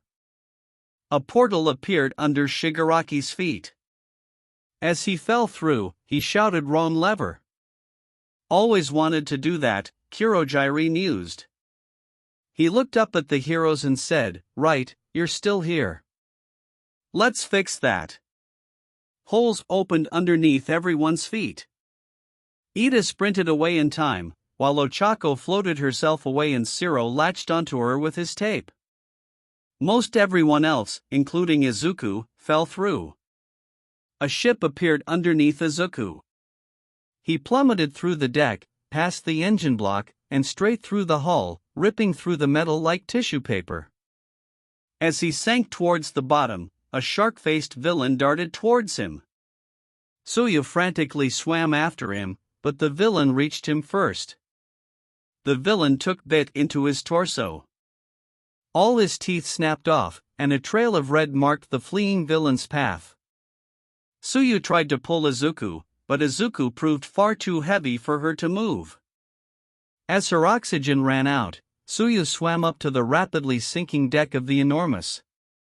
Mineta frantically tried to patch the hull with his balls, but the water pressure kept pushing them away.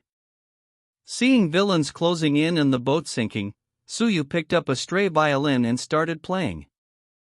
Mineta looked up and shouted, "What do you think this is, the Titanic?" "Well, what else can we do? At least let me draw you like one of those French girls." Tsuyu slapped him with her tongue. "I don't like the French. They ate one of my cousins." The ship tilted to the side. Mineta shrieked and clutched at Tsuyu, only to come away covered in mucus when Tsuyu wriggled out of his grasp. Crunching sounds came from the bottom of the ship, and the ship sank even faster. "The villains are coming. We're doomed." "Yeah, probably. Why are you so calm?" "I'm about to die a virgin." The deck vanished beneath the water. Once they sank up to their knees, however, the sinking stopped.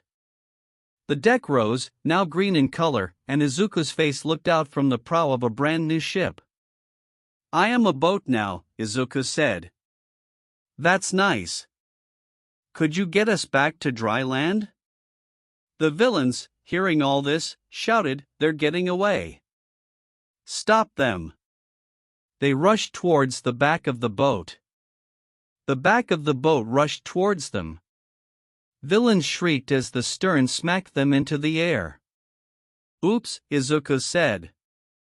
Installed the engine throttle backwards. "Taller.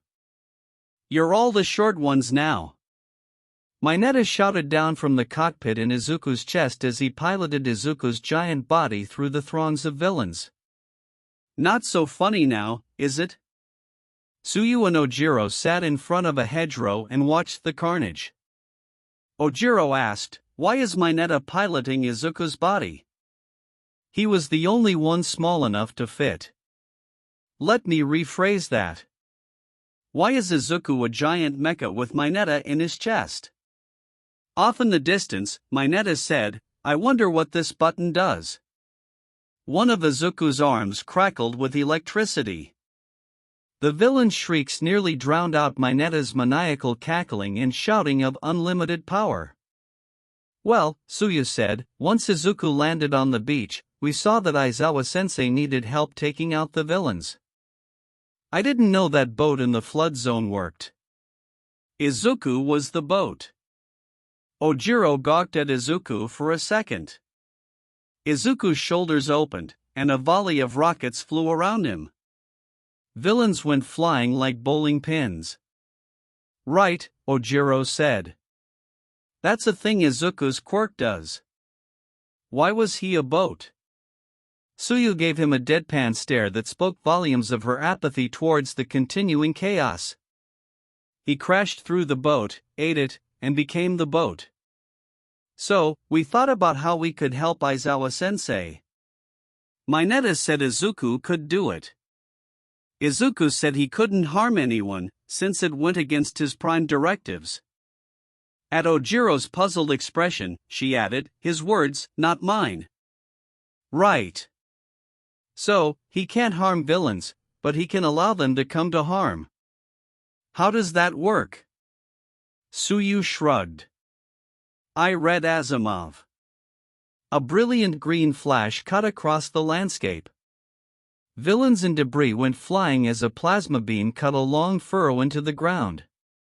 Ojiro opened his mouth, then promptly shut it. Instead, he asked, does Mineta have complete control over Izuku? I would assume so. Why? I don't think that's a good idea. The robot stopped in its tracks.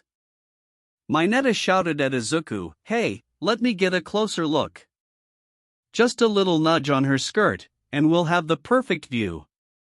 Izuku didn't budge. Protocol 2, uphold the mission. Our mission is to aid Aizawa-sensei, not acquire additional visual data on the villains. Protocol 1 was link with the pilot, Suyu told Ojiro. Shigaraki finally tired of watching his cannon fodder get stomped on by a height-challenged teenager. A purple blur punched Izuku in the chest and sent him flying. Izuku staggered to his feet. Chassis of insufficient strength to deter current threat. Initiating Protocol 3, protect the pilot. Izuku wrenched his chest open, grabbed Mineta, and hurled him towards the entrance. The Nomu grabbed both of Izuku's arms and pulled. The steel chassis tore in two, and Izuku's smaller body fell out of the mech's spine. Lying between Ojiro and Suyu in a pool of his own blood, Aizawa asked, can you please take me to the hospital? SSH, Ojiro said, the boss fight's starting. Nomu. Sir, you are currently breaking the law, Izuku told the hulking monstrosity as it clawed at his head. I must ask you to hand yourself in to the nearest local authorities. Raf, the Nomu shrieked as it lunged again. Izuku blocked the next swipe with his forearm. Said forearm bent at a sharp angle from the force of the blow. Within seconds, the nanomachines in Izuku's body straightened and repaired the limb. Attempts at negotiation have failed. Attempting non-violent pacification measures. The Nomu threw another punch. Despite being a fraction of the monster's size, Izuku grabbed its wrist and slammed it to the ground with a perfect judo throw. Pouncing on the monster's back, Izuku pinned both arms into place. Pacification complete. Contacting local authorities. Izuku's head emitted a ringtone. Error. Communications cut. Please hold while an alternate directive is devised. The Nomu did not appreciate being put on hold. With a shriek, it bucked and threw Izuku off its back. It grabbed one of his legs, slammed him into the concrete a few times, and threw him. Izuku shook concrete gravel off his back. Restraining measures ineffective. Attempting knockout. As the Nomu charged, Izuku widened his stance. Izuku sidestepped a blow and slammed his fist into the Nomu's jaw. The blow didn't even faze the monster. A scrub like you doesn't stand a chance against Nomu, Shigaraki jeered from the sidelines. Its shock absorption quirk gives it physical damage immunity. Understood, Izuku said. Knockout impossible, now attempting temporary incapacitation. Izuku drew a lightsaber and slashed through the tendons in the Nomu's legs. Flesh bubbled out of the charred wounds and healed the damage. Shigaraki's grin widened. Health recovery as well, from the Regan quirk. It's the perfect weapon to kill All Might. Query, Izuku said.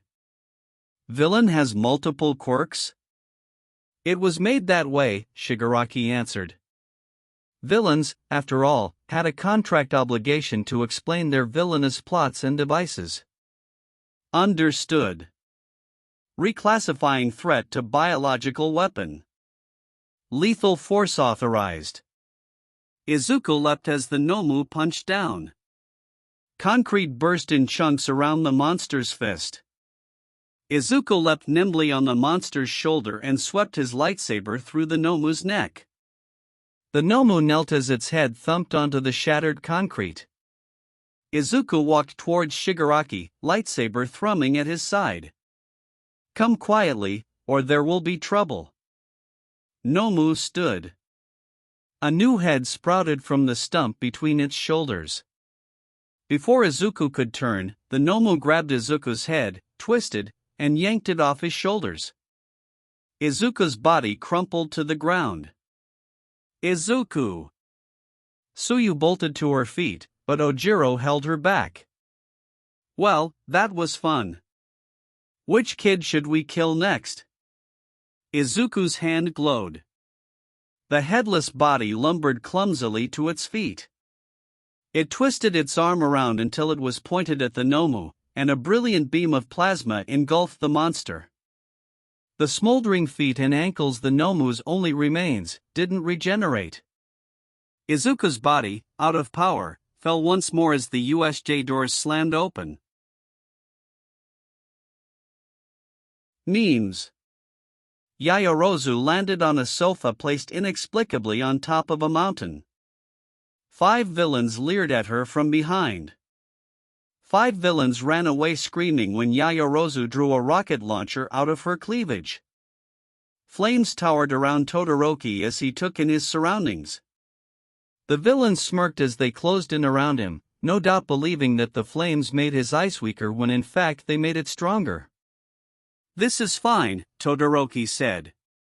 With a wave of his hand, the ground, the villains, and the flames themselves froze solid. Surrounded by villains, Sato snorted a tube of sugar. Muscles rippled, and his eyes took on a manic, bloodshot gleam. "Woo! Say hello to my little friend." "Hi, I'm Kirishima," Kirishima said as Sato raised him over his head. Villains scurried as Sato played whack-a-mole. While Shoji surveyed his surroundings, a villain ran up from behind and severed one of his limbs. Shoji stared at the bleeding stump. "Oh no," he said in a deadpan. "Anyways." From the stump, 2 arms grew out, grabbed the villain, and bent him into a pretzel. A villain stared wistfully at a butterfly as it floated towards his hand. "Is this a weapon?" His partner cuffed him upside the head. "Don't be stupid. That's a butterfly." The butterfly morphed into a club and bludgeoned them both over the head. Koda came out from behind a rock and thanked the club with butterfly wings for using its quirk to help him. Nina shrieked and flung acid behind her. A villain scrambled away, screaming, "My eyes!" He tripped and smashed his knee on a rock. "My leg!" "To demonstrate the power of my tape," Zero said, standing over a villain, "I sawed this boat in half." "What boat?" the villain cried. "The boat I would have if you guys dumped me in the flood zone, but no, you had to put me with a bunch of crumbling buildings. So instead, I'll cut you in half. You're about the right size for a boat." "That's really hurtful," the chubby villain said, sobbing. Using his second villain, Zero cut the first in half, then stuck them back together with his tape. Aside from the occasional eye twitch and loss of feeling in their left arm, they were good as new. Bakugo stomped on a villain's head, knocking out his front teeth and making an orthodontist 10 miles away sob hysterically. He glanced around the room, admiring the other villains strewn about in various states of physical impairment and seeking another victim. "Any villains nearby better come fight me. I'll go easy on you." A chameleon villain, who had watched his friends beaten to a pulp, broke out in a cold sweat. They only made it halfway to the door before Bakugo locked eyes with him. Explosions rippled in Bakugo's hands as he strode forward. "So, you have chosen death." The villain's screams echoed through the ruined zone. Head. The moment All Might appeared, his face warped into a visage of murderous rage at the sight of his headless successor. Kurogiri promptly noped the heck out of there and took Shigaraki with him. With all opportunities to vent his fury gone, All Might punched the earth hard enough to register on seismographs across the world. I knew I shouldn't have stopped to help hold that man's ladder while he painted his front porch. Seriously? Aizawa said weakly as he continued to bleed out. That's why you were late? It was a very big porch. Katsuki strode nonchalantly past the mountains of unconscious villains in charred Nomu feet. He picked up Izuku's head by its twisted metal stump of a neck and said, "Alas, poor Deku. I knew him, All Might, a machine of infinite jest, of most excellent fancy." "What are you doing?" All Might asked, staring numbly at him. "Quoting Hamlet." "What, you think I don't read or something?" All Might's temper snapped. "Your classmate's dead and you're making jokes." Izuku's eyes flickered to life. "I'm not dead." All Might gaped at him. "What?" "Nothing," Katsuki said. "Just ignore it." "Ooh, are you doing a Monty Python bit too?" Izuku asked. "Well, now that you ruined it," Katsuki muttered. "Wait," All Might asked, "he's not dead?" "Of course not," Katsuki scoffed. "He's a robot. His mom will put him back together by tomorrow morning. Believe me, I tried." "Oh. Should I take him back home then?" "Nah, she'll come pick him up anyways." A literal light bulb, helpfully supplied by Yayorozu's cleavage, popped over Katsuki's head. "Actually, you should bring him home. Maybe that way, you'll see the truth as well." All Might decided not to question the maniacal gleam in Katsuki's eye and scooped his broken protege into his arms. One sprint across the city later, he wound up on Inko's front step and burst into a cloud of steam the moment he stepped inside. "So," All Might asked, "is Izuku going to be alright? Bakugo mentioned you could fix him." "It's his quirk," Inko said without a trace of hesitation. "His body will regenerate if supplied with enough materials to work with. Back when Izuku was 7, he got in a nasty accident. They never did find both his arms. He was right as rain the next day." "Oh," All Might said with a chuckle. The way Katsuki said it, he made it sound like Izuku was a robot. I almost believed him, what with the talking head and all that. Phew. Of course it's a quirk. Alright, I better get back to the school. The door bolted itself shut. Darkness loomed in the kitchen as Inko sat at the table and poured herself a cup of tea. "Actually," Inko said, "before you go, would you mind explaining how you let my son get injured to such a degree?" All for One promptly got bumped down to third scariest person in Toshinori's opinion. Home. Inko Midoriya checked the circuits of the new arm she had put together. Satisfied that she had welded the circuits correctly, she lined up the hollow appendage with the socket in Izuku's shoulder and clamped it on. The polymer skin swelled as nanofluid filled it. After giving the new body a once-over, Inko tapped a button on her computer. Izuku's eyelids fluttered open, and he sat up. "I am home," Izuku said as he examined the workshop. Prototype weapons and circuit components adorned the workbenches. A large screen brought up blueprints for Izuku's new arm. "Good morning, Izuku. How do you feel?" Izuku flexed his new arms and legs. "Fully functional. These are a new design. I couldn't make you any stronger, so I made you faster instead. It's the best I could do if you'll be fighting villains like the Nomu." Izuku stood up and stretched his legs. Working his way up, rotating his hips, flexing his shoulders, twisting his back, and curling his arms, Izuku calibrated his new body. No faults detected. Everything is fully operational. Good. Are you hungry? My battery is still low. Breakfast would help replenish it.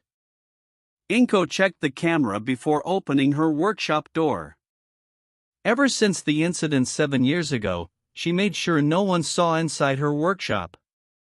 Bolts clacked open, and the door swung outward with ponderous creaking. While Inko rinsed the rice, Izuku chopped the vegetables. His knife rapidly sliced mushrooms and leeks into thin slivers.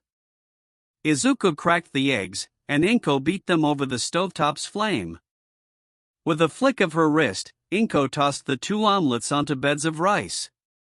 Izuku filled a bottle with spicy mayo and made even zigzags over the fluffy omelets. As they bit into the omelets at the kitchen table, Inko asked, "How is it?" Izuku swallowed and wiped his mouth with a napkin. The omelets are of optimal fluffiness, the rice has the correct texture, and the spices are in their proper ratios. I'm glad you like them. Halfway through breakfast, Izuku set his fork down. Hey Mom, what would happen if the core processors in my head were damaged beyond repair? Inko felt herself caught flat-footed by the question.